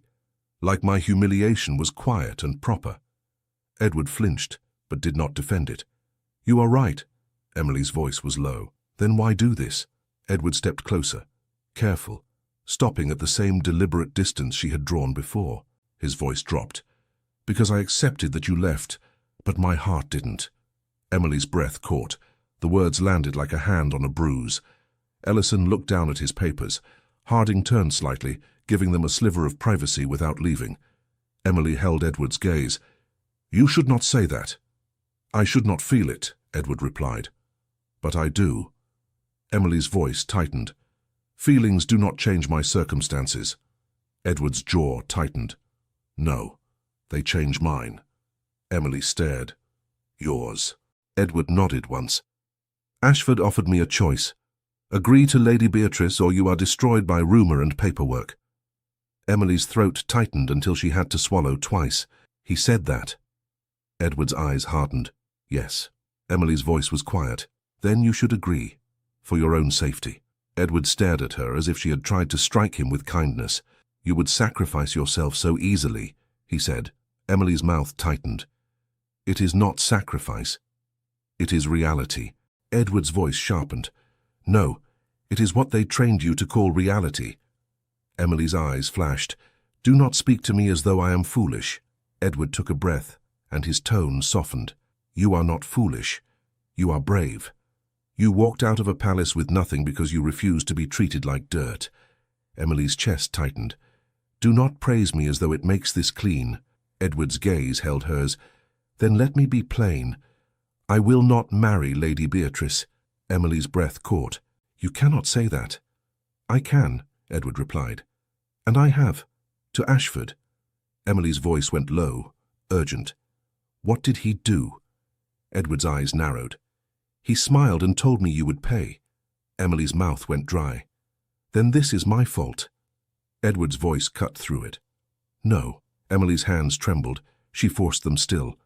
I told you not to come. I told you to leave me alone. And you came anyway. And now he is using me to corner you. Edward's jaw tightened. He was always going to corner me. You are simply the point he chose to press. Emily's eyes stung. She blinked once hard. What do you want from me? Edward's voice softened, steady. Consent. Emily stared. Consent. To stand with you, Edward said. To let you choose how your truth is handled. To let you decide whether we proceed by silence or by law. Emily's mouth tightened. Law is not gentle, Edward nodded. No, but it is the only language men like Ashford claim to respect. Emily looked down at the documents. Her throat tightened. And if the truth is ugly? Edward's voice was quiet. Then we will not let them paint it uglier than it is. Emily's hand went to her pocket and touched the locket. She did not pull it out. My mother was frightened, Emily said. She told me never to speak the name. She told me it would awaken people who prefer me unseen. Edward's gaze held hers. I am awake. Emily gave a small, bitter exhale. That is exactly what frightens me. Edward's voice was low. What frightens you, Emily? She froze at her given name in his mouth. Then she answered anyway, that I will become your weakness. Edward's expression tightened. You are not my weakness. Emily's voice sharpened. Then what am I?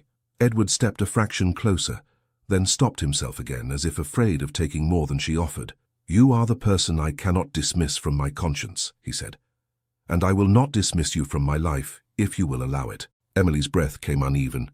Allow it, she repeated, almost whispering. You speak as though I hold power.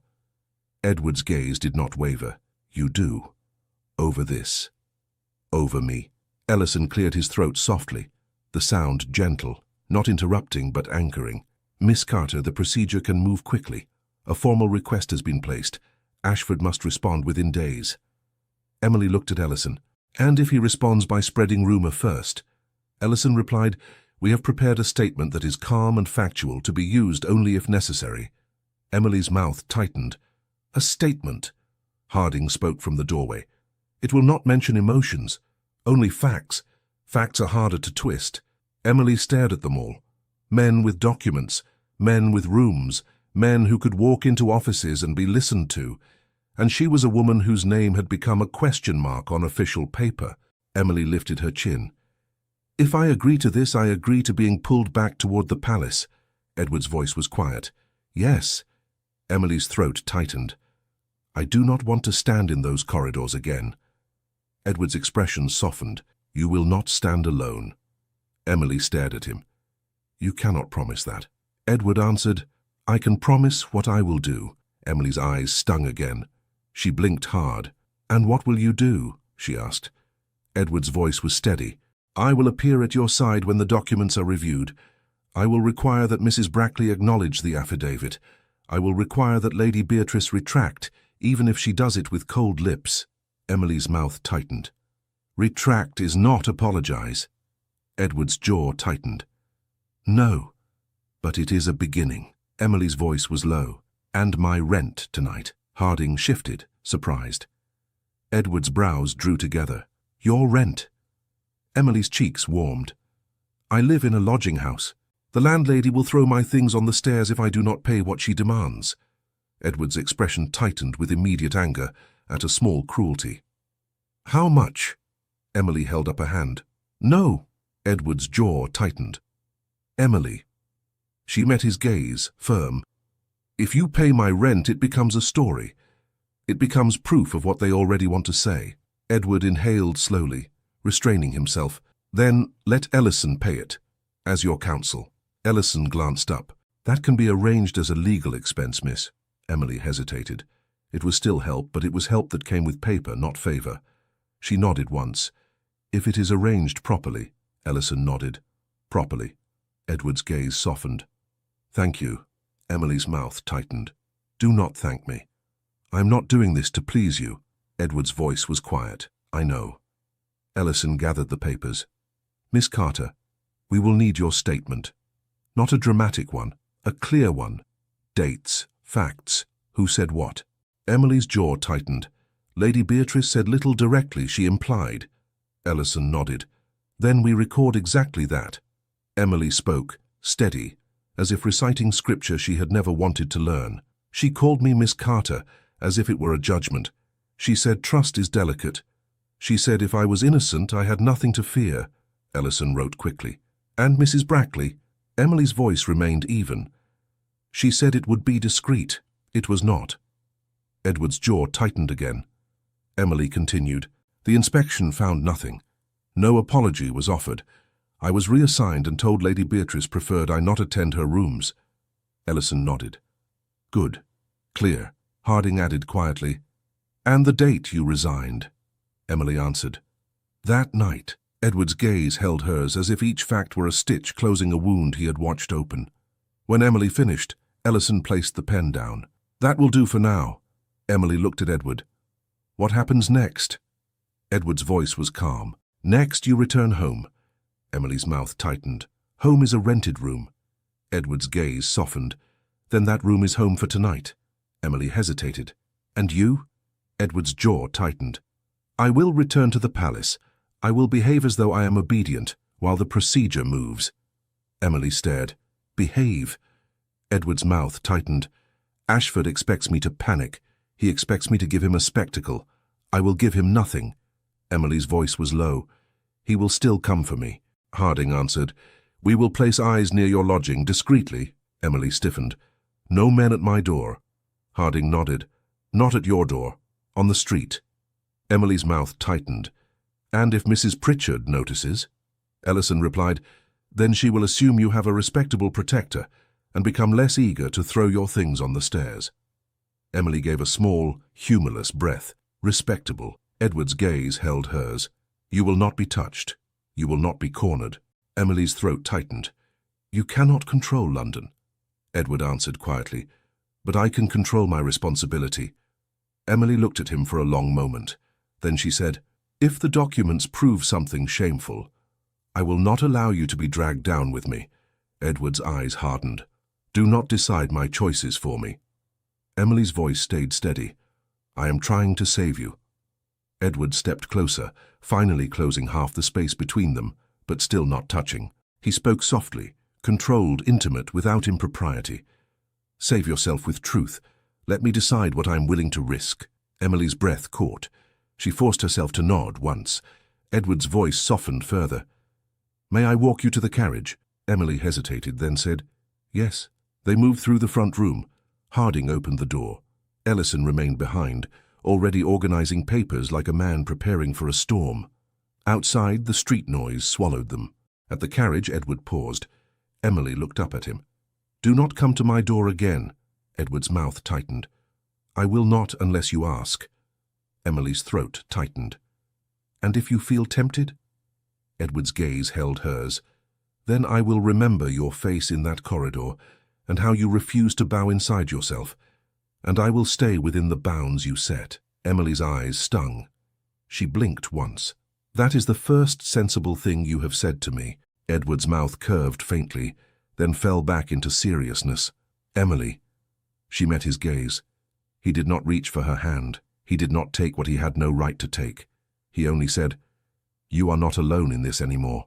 Emily's breath trembled. She steadied it. We will see. Edward nodded once, accepting the challenge of her caution. Emily stepped into the carriage. As it pulled away, she looked through the window and saw him standing still on the pavement, a man who belonged to palaces but had chosen, somehow, to stand on an ordinary street without flinching. When she returned to the lodging house, Harding's arrangement had already begun. Not men at her door, but a quiet sense that the street had eyes. Mrs. Pritchard looked out the window twice before Emily even reached the stairs. You're back, Mrs. Pritchard said, suspicious. Yes, Emily replied. Mrs. Pritchard held out her hand. The rest. Emily swallowed. Not yet. Mrs. Pritchard's eyes narrowed.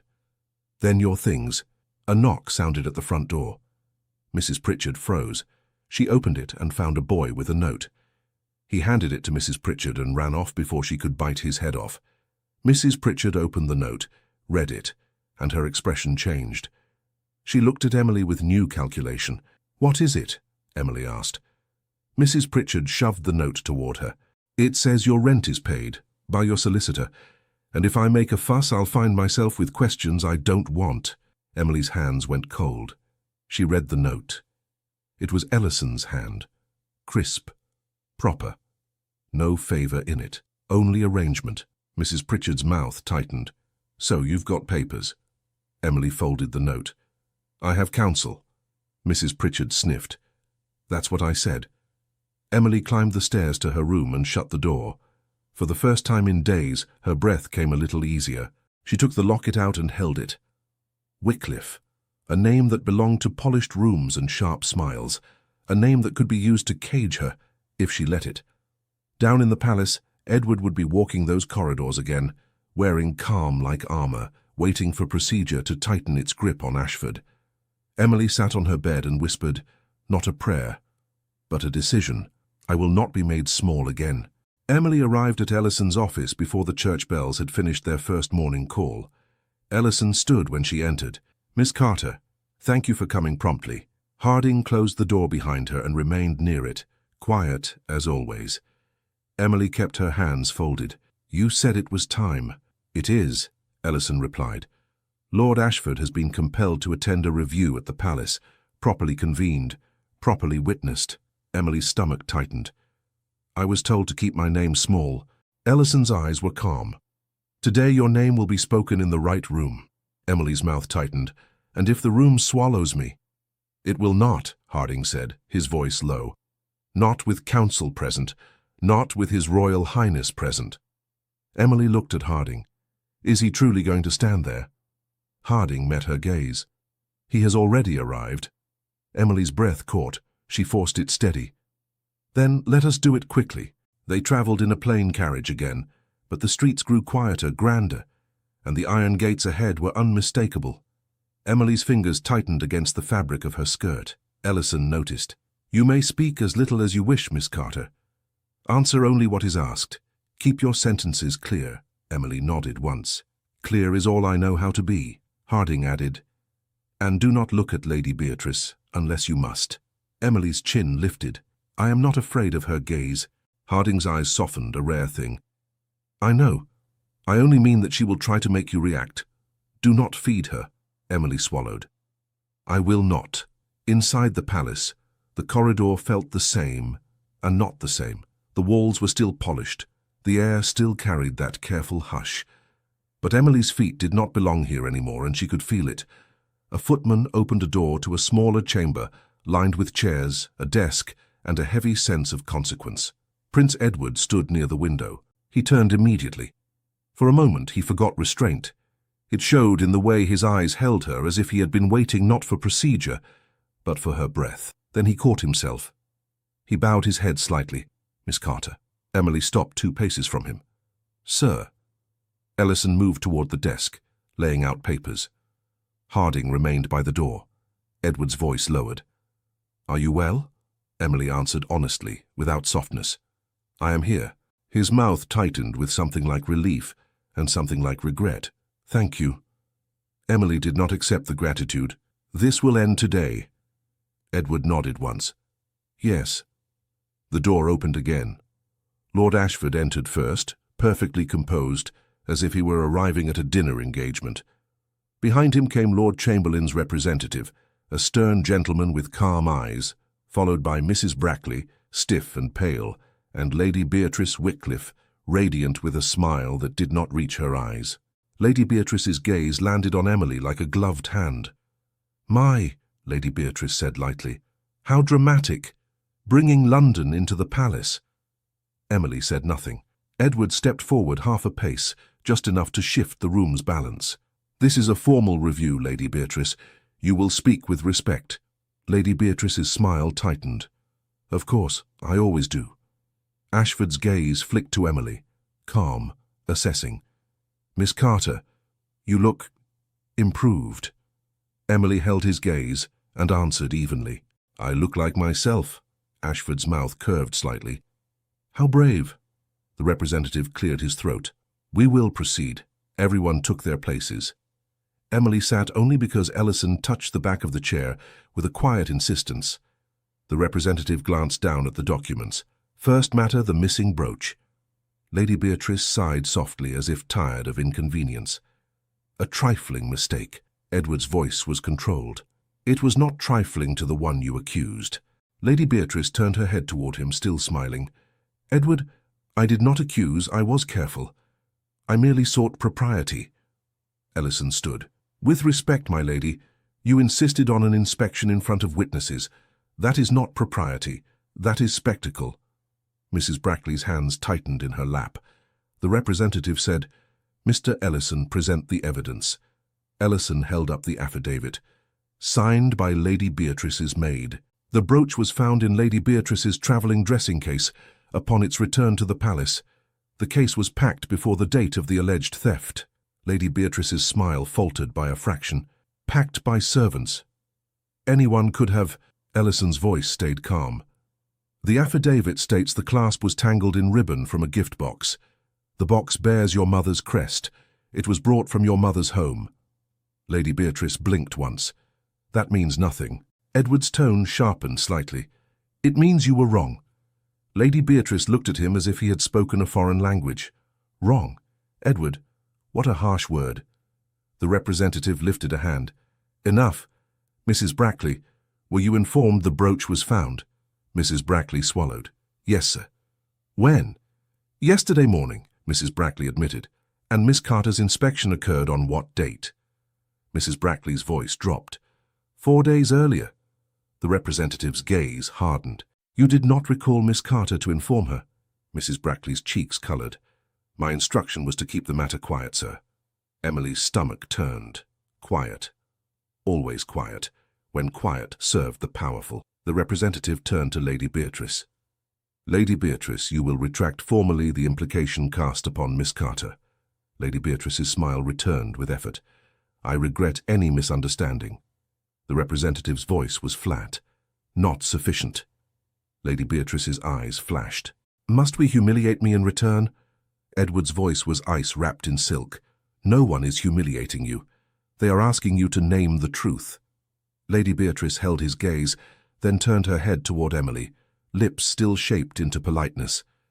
Miss Carter, I withdraw any implication that you mishandled my property. Emily kept her voice steady. Thank you, my lady. Lady Beatrice's eyes narrowed. You are welcome. Ellison spoke again. Second matter, the inquiry officer's notice and the attempted signature. Ashford's expression remained mild. A misunderstanding of clerical authority, nothing more. The representative looked at Ashford. Lord Ashford, do you maintain you hold documentation concerning Miss Carter's identity? Ashford smiled. I hold many documents. The Crown is full of paper. Edward's jaw tightened. Do not play games. Ashford turned toward him with courteous patience. I never play games with duty. The representative's tone sharpened. Lord Ashford, yes or no? Ashford sighed as though burdened by the stupidity of straightforwardness. Yes, Ellison said. You previously implied the document was of such nature that its exposure could harm Miss Carter and embarrass His Royal Highness. Ashford's eyes gleamed. I implied that scandal loves a story. Emily felt her throat tighten. She forced herself to keep her face still. The representative held out a hand. Produce the document. Ashford did not move. Edward stepped forward, voice low. Now, Lady Beatrice's eyes flicked between them. Edward, you are making this larger than it must be. Edward did not look at her. It was made large when an innocent woman was displayed as suspect. Ashford's calm finally cooled. Your Highness, you risk... Edward cut him off. You risked enough. Ashford's eyes narrowed. Then slowly, he reached into his inner coat and withdrew the envelope. He placed it on the desk with careful fingers, as though offering a gift. The representative opened it and drew out the paper inside. Emily's breath caught when she saw the aged ink. The weight of old decisions pressed through it. The representative read in silence, then looked up. This is a certified copy of a parish register. Ellison leaned slightly forward. May I? The representative handed it over. Ellison read quickly. Emily watched Ellison's eyes, searching for a wince, a flinch, anything that would tell her the truth was ugly. Ellison lifted his gaze. Calm. Steady. Miss Carter, this states that Anna Wycliffe married Thomas Carter in 1854 at St. Martin's Parish, witnessed by the rector and 2 signatories. Emily's heart stopped for a beat. Edward's breath came sharply, as if he had been struck by relief. Lady Beatrice's smile vanished. Ashford's gaze sharpened. Mrs. Brackley's mouth fell open slightly, then snapped shut. Ellison continued. It also states that one child, Emily Carter, was baptized in 1856, daughter of Anna and Thomas, lawful marriage. Emily's hands went cold. She pressed them together in her lap to keep them from shaking. The representative turned to Ashford. You held this. Ashford's tone stayed smooth. I held it to prevent chaos. You held it to use it, Edward said, voice dangerous in its quiet. Lady Beatrice spoke too quickly. This is absurd. Anna Wycliffe was not... Ellison looked at her calmly. Anna Wycliffe was your father's cousin. She was removed from family mention after she married beneath expectation. Lady Beatrice's cheeks flushed. Removed because she disgraced... Edward's voice cut through. Stop! Lady Beatrice turned on him, eyes bright with outrage. You would defend her, but not your own future. Edward's expression did not shift. I would defend truth. And I would defend a woman you tried to crush for your comfort. Lady Beatrice's lips trembled with controlled fury. I tried to protect what is proper. Emily finally spoke, quiet but clear. You tried to protect your pride. Lady Beatrice's head snapped toward Emily. How dare you speak to me? The representative lifted a hand. Lady Beatrice! Enough! Lady Beatrice pressed her lips together, trembling with contained frustration. The representative turned to Emily. Miss Carter, do you acknowledge this register entry as connected to you? Emily swallowed. I acknowledge my mother's name. I acknowledge my own. I did not know this document existed. The representative's gaze remained steady. Do you claim any title through it? Emily's cheeks warmed. No, sir. Ashford's mouth curved slightly. How noble. Emily turned her eyes toward him without fear. I claim only the right not to be hunted by clerks and threats. Edward's jaw tightened. And she will have it. The representative looked at Ashford. Lord Ashford, your involvement in unofficial inquiry and coercive signatures is improper. Ashford's smile stayed in place, but it was thinner now. Improper is a flexible word. The representative's voice grew colder. Not in my office. Ellison said quietly. There is also the matter of Lady Beatrice's secretary requesting Miss Carter's assignments near the private corridor, which contributed to the situation. Mrs. Brackley went pale. I recorded what was requested. Lady Beatrice spoke quickly. Edward, you see, everyone is against me. They twist innocent measures into villainy. Edward's voice was steady. No one twisted anything. You used a servant as a cautionary tale. You intended her to disappear quietly. Lady Beatrice's eyes flashed. And you intended what? To rescue her like a storybook. Edward looked at her, controlled and final. I intended to do what I failed to do in that corridor.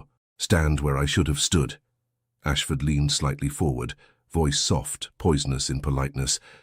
And if the Crown decides your standing is jeopardized by this attachment? Edward turned toward Ashford, and something in him settled like stone. Then the Crown will decide whether it prefers a prince who obeys fear or one who obeys honor. The representative's gaze tightened.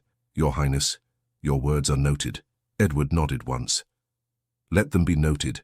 Lady Beatrice's voice sharpened with desperation. Edward, you cannot mean to... Edward did not look away from the representative. This meeting is not for my engagement. It is for justice. The representative gathered the documents. Justice, then. Miss Carter's name is cleared regarding the brooch. The inquiry office will cease contact. Any further coercion will be treated as misconduct. Lord Ashford, your involvement will be reviewed. Ashford's eyes cooled. Reviewed by whom? The representative's voice stayed flat. By those who do not require your guidance. Ashford's smile returned, brittle. How reassuring. Lady Beatrice stood abruptly. This is an insult to my family. The representative's gaze did not change. It is correction. Lady Beatrice's eyes flashed at Emily. You will not remain satisfied with a cleared name. You will reach for more. Emily stood slowly, ignoring the tremor in her knees. You do not know what satisfies me. Lady Beatrice's mouth curled. Power does. Emily's voice was calm, and it surprised even her. Dignity does. Edward turned slightly toward Emily, and in that small movement, she felt something change. Not in the room, in the air between them. The representative signaled the end. This review is concluded. Mrs. Brackley rushed out as if fleeing. Lady Beatrice swept after her, jaw tight, pride wounded more than any dress could show. Ashford lingered, just long enough to let his gaze meet Edward's. You will regret this, Ashford said softly. Edward answered, equally soft, no. Ashford's eyes slid to Emily. And you will discover what it costs to be seen. Emily held his gaze. I have been unseen my entire life. I am still standing. Ashford's smile flickered. Then he left with controlled steps. When the door shut, the chamber felt suddenly too quiet. Ellison gathered his papers briskly. I will file the final notes and ensure the inquiry office receives formal instruction. Edward nodded. Thank you. Ellison glanced at Emily. Miss Carter, you were clear. That is what saved you today. Emily's voice was low. No. Paper saved me. Ellison's expression softened. Paper carried truth. You carried yourself. Harding stepped aside to open the door. I will escort Mr. Ellison. Edward looked at Harding. Give us a moment. Harding hesitated only a fraction, then nodded. Yes, sir. He left, closing the door gently behind him. Emily and Edward stood alone in the chamber where her name had just been restored, and her heart still refused to believe anything was safe. Edward spoke first, voice careful. You heard it. You are cleared. Emily's mouth tightened. Cleared by men who can decide I am unclear again tomorrow. Edward's gaze held hers. Not tomorrow. Emily exhaled softly, as if trying to let the tension out. Ashford will not forget. Edward nodded. No. But he has less to hold. Emily's fingers went to her pocket and touched the locket. My mother hid everything for years, and he kept it like a coin. Edward's eyes darkened. He used it like a leash. Emily swallowed. And now I am... What? A lawful cousin to Lady Beatrice. Edward's mouth tightened. You are Emily Carter. Lawful, honest, and wronged. Emily's eyes stung. You say it so simply. Edward stepped closer, stopping again at the invisible boundary she always drew. Because I want you to hear it simply. Emily held his gaze. What happens now, sir? Edward's throat worked. Now I speak to the Queen. Emily's stomach tightened. The Queen. Edward nodded once. Yes. Emily's voice went quiet. And you will tell her you went to a lodging house. Edward's mouth curved faintly, humorless. I will tell her I acted foolishly and correctly at the same time. Emily gave a small breath that almost became a laugh, but didn't. Those are often the same. Edward's gaze softened. Will you come with me? Emily froze. To the Queen. Edward's voice was steady. Only if you choose. Only if you wish to speak for yourself. Emily's heart pounded. She will look at me like Lady Beatrice did. Edward's eyes held hers unwavering. She will look at you like a woman who has survived a world built to bend her. Emily swallowed. And if she says no? Edward's jaw tightened.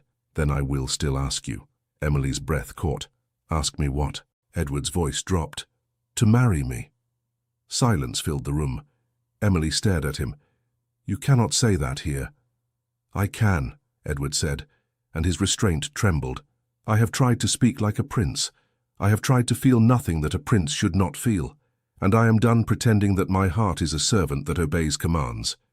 Emily's hands trembled. She forced them still. Marriage to you would make me a target forever. Edward nodded, honest. Yes. Emily's throat tightened. It would make you a scandal. Edward's gaze did not move. It would make me truthful. Emily's eyes stung harder. She blinked once, then again. You do not understand how heavy a crown is. Edward's voice softened, almost fierce in its gentleness. I understand enough to know I cannot carry it properly, while I am ashamed of what is good. Emily swallowed. And you believe I am good. Edward's lips parted, then closed, as if he were holding too much. You left a palace rather than accept humiliation as your place. You refused my money so you could keep your spine. You stood here today and did not beg, even when every part of the room wanted you to. Emily's breath shook. Do not list my choices as if they were gifts to you. Edward's gaze sharpened. They were not gifts. They were proof. Emily stared at him, and the old reflex rose in her. To step back, to keep distance, to protect him from herself, and herself from hope. She forced herself to speak instead. If you marry me, you must not regret me. Edward stepped one fraction closer, the closest he had ever dared. His voice was low, steady. I accepted that you left, but my heart didn't. Do you believe a heart that stubborn would regret you? Emily let out a soft, broken breath. A heart can be stubborn and still be foolish. Edward's mouth curved faintly. Then let me be foolish with honor. Emily's eyes filled despite her efforts. You are asking for my life, Edward nodded. Yes, and I am offering you mine in return, not as rescue, as union. Emily's voice shook, just slightly. You said you wanted consent. I do, Edward replied. Not gratitude, not surrender. Consent. Emily stared at him, and the chamber suddenly felt too small for everything she had held inside for so long. She whispered, and if I say no? Edward's eyes did not flinch. Then I will still protect your cleared name, and I will live with the refusal I earned. Emily's throat tightened. Earned? Edward's voice softened. Yes, because I failed you first. Emily swallowed hard. Then hear me. Edward's posture went still, attentive as a man who had been taught to command and was learning to listen. Emily's words came slowly, chosen like stitches. I will not be hidden. I will not be brought to parties as proof of your benevolence. I will not be spoken over. I will not be made into a symbol to soothe your guilt. Edward nodded once, solemn. Agreed, Emily continued, voice steadier. And I will not stop being myself to become acceptable. Edward's gaze held hers. I do not want acceptable. I want you. Emily's breath caught at the simplicity of it. She lifted her chin. Then, I will come to the Queen. I will speak plainly. And if she permits it, I will marry you. Edward's eyes brightened with something he could not conceal. And if she does not? Emily's voice went softer. Then I will still care. Edward stared at her as if the word was a blessing he had not dared to hope for. You care. Emily's cheeks warmed. She looked away for a heartbeat, then back. I told you feelings do not change circumstances. Edward's mouth curved, gentle now. Then we will change circumstances. They did not have long to wait. Later that day, Emily stood in a smaller room adjoining the Queen's sitting chamber, Ellison's calm instructions echoing in her ear. Harding waited near the doorway. Edward stood a few steps away, hands behind his back, a prince again in posture and duty. A lady-in-waiting entered and studied Emily with a gaze that was not cruel, only sharp. "Miss Carter," she said. "Her Majesty will see you." Emily's heart pounded. She kept her chin level. "Yes, ma'am." Edward moved with her toward the doorway, then stopped as if the threshold belonged to another world. He spoke low. "Whatever happens, do not shrink."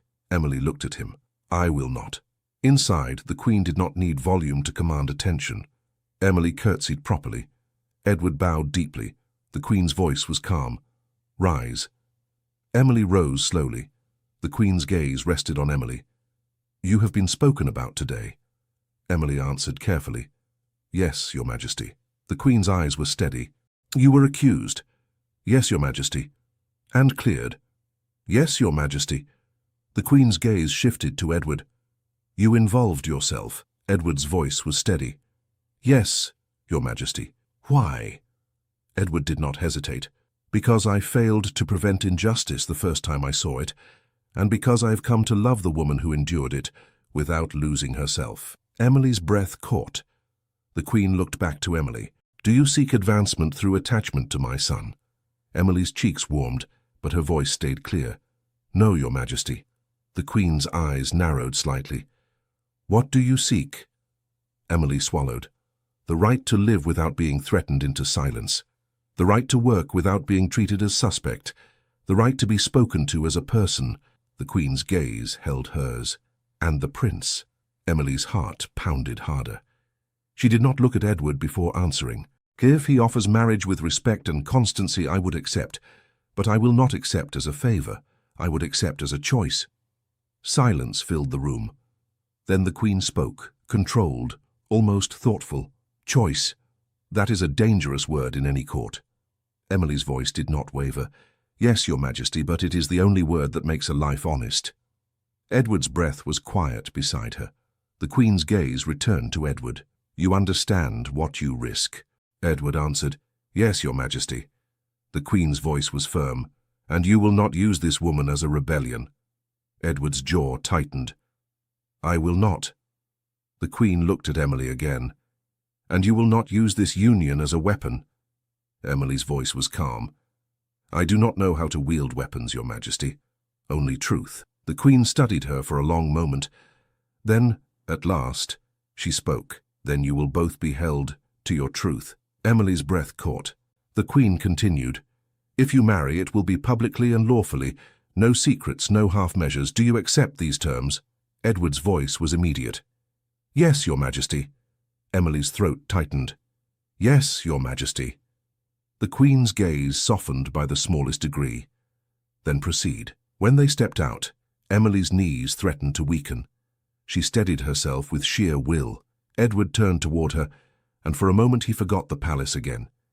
It showed in his eyes. "She said yes," he whispered. Emily swallowed. "She said terms." Edward's mouth curved. "Then I will keep them." He looked at Harding. "Find Ellison. Today." Harding nodded, already moving. "Yes, sir." Edward turned back to Emily. "Come." "Where?" Emily asked, voice unsteady now that danger had shifted into possibility. Edward's voice was low. "To a chapel." Emily's breath caught. "Today." Edward nodded once. "If you still choose it." Emily stared at him. "You are truly asking." Edward's gaze held hers. "Always." Emily's chest rose and fell. Then she said, clear as a vow, I choose it. The chapel was quiet, small enough that whispers did not need to become sound. Ellison arrived, breath controlled, papers in hand, a clergyman with him. Witnesses followed, discreet and proper. Harding stood at the edge like a guard of decorum. Edward faced Emily. He did not touch her yet. He waited, giving her space even at the edge of union. The clergyman spoke gently. We are gathered. Lady Beatrice was not there. Ashford was not there. Mrs. Brackley was not there. The absence felt like air returning to a room. Emily's hands trembled slightly. Edward saw it. He whispered, breathe. Emily looked at him. I am. Edward's voice softened. Then look at me. Not the room. Emily did. The vows were simple. The words were old, familiar, steady enough to hold a new life. When Emily repeated her vows, her voice did not break. It only deepened, as if her spine had learned how to sound. When Edward spoke his, the controlled prince disappeared for a heartbeat, replaced by a man who had been waiting far too long to speak plainly. I will honor you, he said, voice quiet but certain. Not because it is required, but because I have learned what it means to lose you. Emily's breath caught. The clergyman paused only a moment, then continued as if he understood that some vows needed to be spoken twice, once by tradition, once by truth. When the ring was placed, Edward's fingers brushed Emily's hand. Careful, reverent, no haste, no claim, only promise. Emily looked down at the ring, then up at him, eyes bright. It feels unreal, she whispered. Edward's voice was low. Say it again. Emily blinked. What? That it feels unreal, Edward said. So I can answer you properly. Emily's lips trembled. It feels unreal. Edward's gaze held hers. Then let me make it real. He lifted her hand, not possessive, not showy, and pressed a kiss to her knuckles. Simple, proper, and it undid her more than any grand gesture could have. Emily's breath shook. Edward whispered, Emily Hawthorne. The name landed like a door opening to a room she had never been allowed to enter. Tears finally slipped free. Silent and unstoppable, Edward's eyes softened. Do not apologize. I'm not, Emily whispered. I'm letting it happen. When the clergyman declared them married, the words seemed to echo beyond the chapel, beyond the palace, beyond the narrow lodging-house stairs and the inquiry office desk. Edward did not turn to the witnesses first. He turned to her. He spoke quietly, only for her. You are not alone. Emily's voice was small, honest. I am afraid. Edward's gaze did not waver. So am I. Emily blinked through tears. Then why do you look so calm? Edward's mouth curved, tender. Because you are here. They stepped out into a corridor that felt different now, not because the palace had changed, but because Emily had. A few staff bowed, uncertain at first, then steadier when Edward's posture made it clear this was not a whim. This was lawful. This was chosen. Mrs. Brackley stood at a distance, pale and rigid, as if afraid to move. Edward stopped. Emily's stomach tightened, old humiliation rising like a ghost. Edward addressed Mrs. Brackley without cruelty. Mrs. Brackley. Mrs. Brackley curtsied stiffly. Your Highness. Edward's voice was firm. You will ensure Miss Carter's name is recorded as cleared in all household notes. Mrs. Brackley swallowed. Yes, sir. And you will ensure no staff repeats the accusation, Edward continued. Not as a joke, not as a warning, not as gossip. Mrs. Brackley's eyes flicked to Emily, then down. Yes, sir. Edward's tone softened only slightly. You are responsible for the household's decency as well as its order. Mrs. Brackley's voice was thin. I understand. Edward nodded. Then he turned back to Emily. Emily's voice was quiet. You did not need to do that, Edward answered. Yes, I did. They walked on.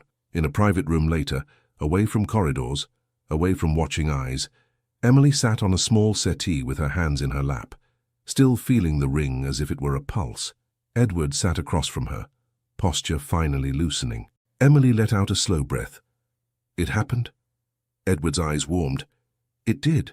Emily looked up at him. You are certain? Edward nodded.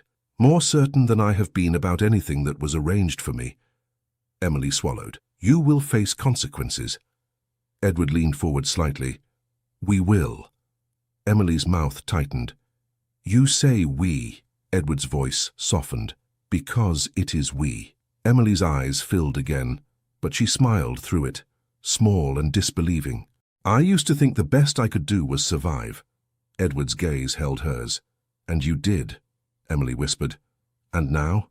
Edward stood and crossed the small distance slowly, as if giving her every chance to deny him. He stopped before her. Now you live. Emily looked up at him, heart pounding. And you, Edward's voice was low. Now I do too. He offered his hand, palm up, waiting. Emily stared at it, then placed her hand in his. His fingers closed gently, warm and steady. Not a trap, not a chain. Emily's breath shook. I left to save myself. Edward's voice was quiet.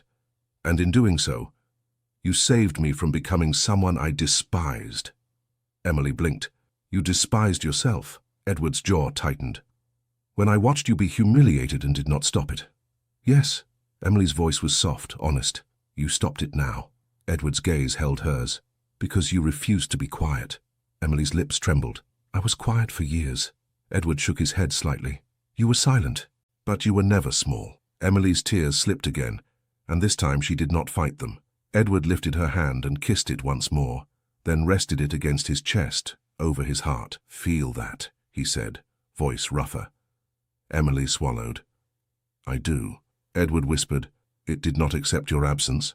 Emily's voice broke, just slightly. Neither did mine. Edward's eyes softened, and for the first time he let himself lean closer, not taking, only closing the distance she no longer needed to defend. Emily lifted her free hand and touched his cheek, hesitant, as if still asking permission. Edward closed his eyes briefly at the touch, then opened them, looking at her as though she were the only truth in the palace. You are safe, he said. Emily whispered. With you, Edward answered. With us. Emily's breath steadied. She looked at him with a quiet fierceness that had carried her through corridors and streets. Then promise me one thing, she said. Edward's brows lifted. Name it. Emily's voice was clear. If the world looks at me and sees only a story, you will look at me and see me. Edward's throat worked. Always. Emily swallowed.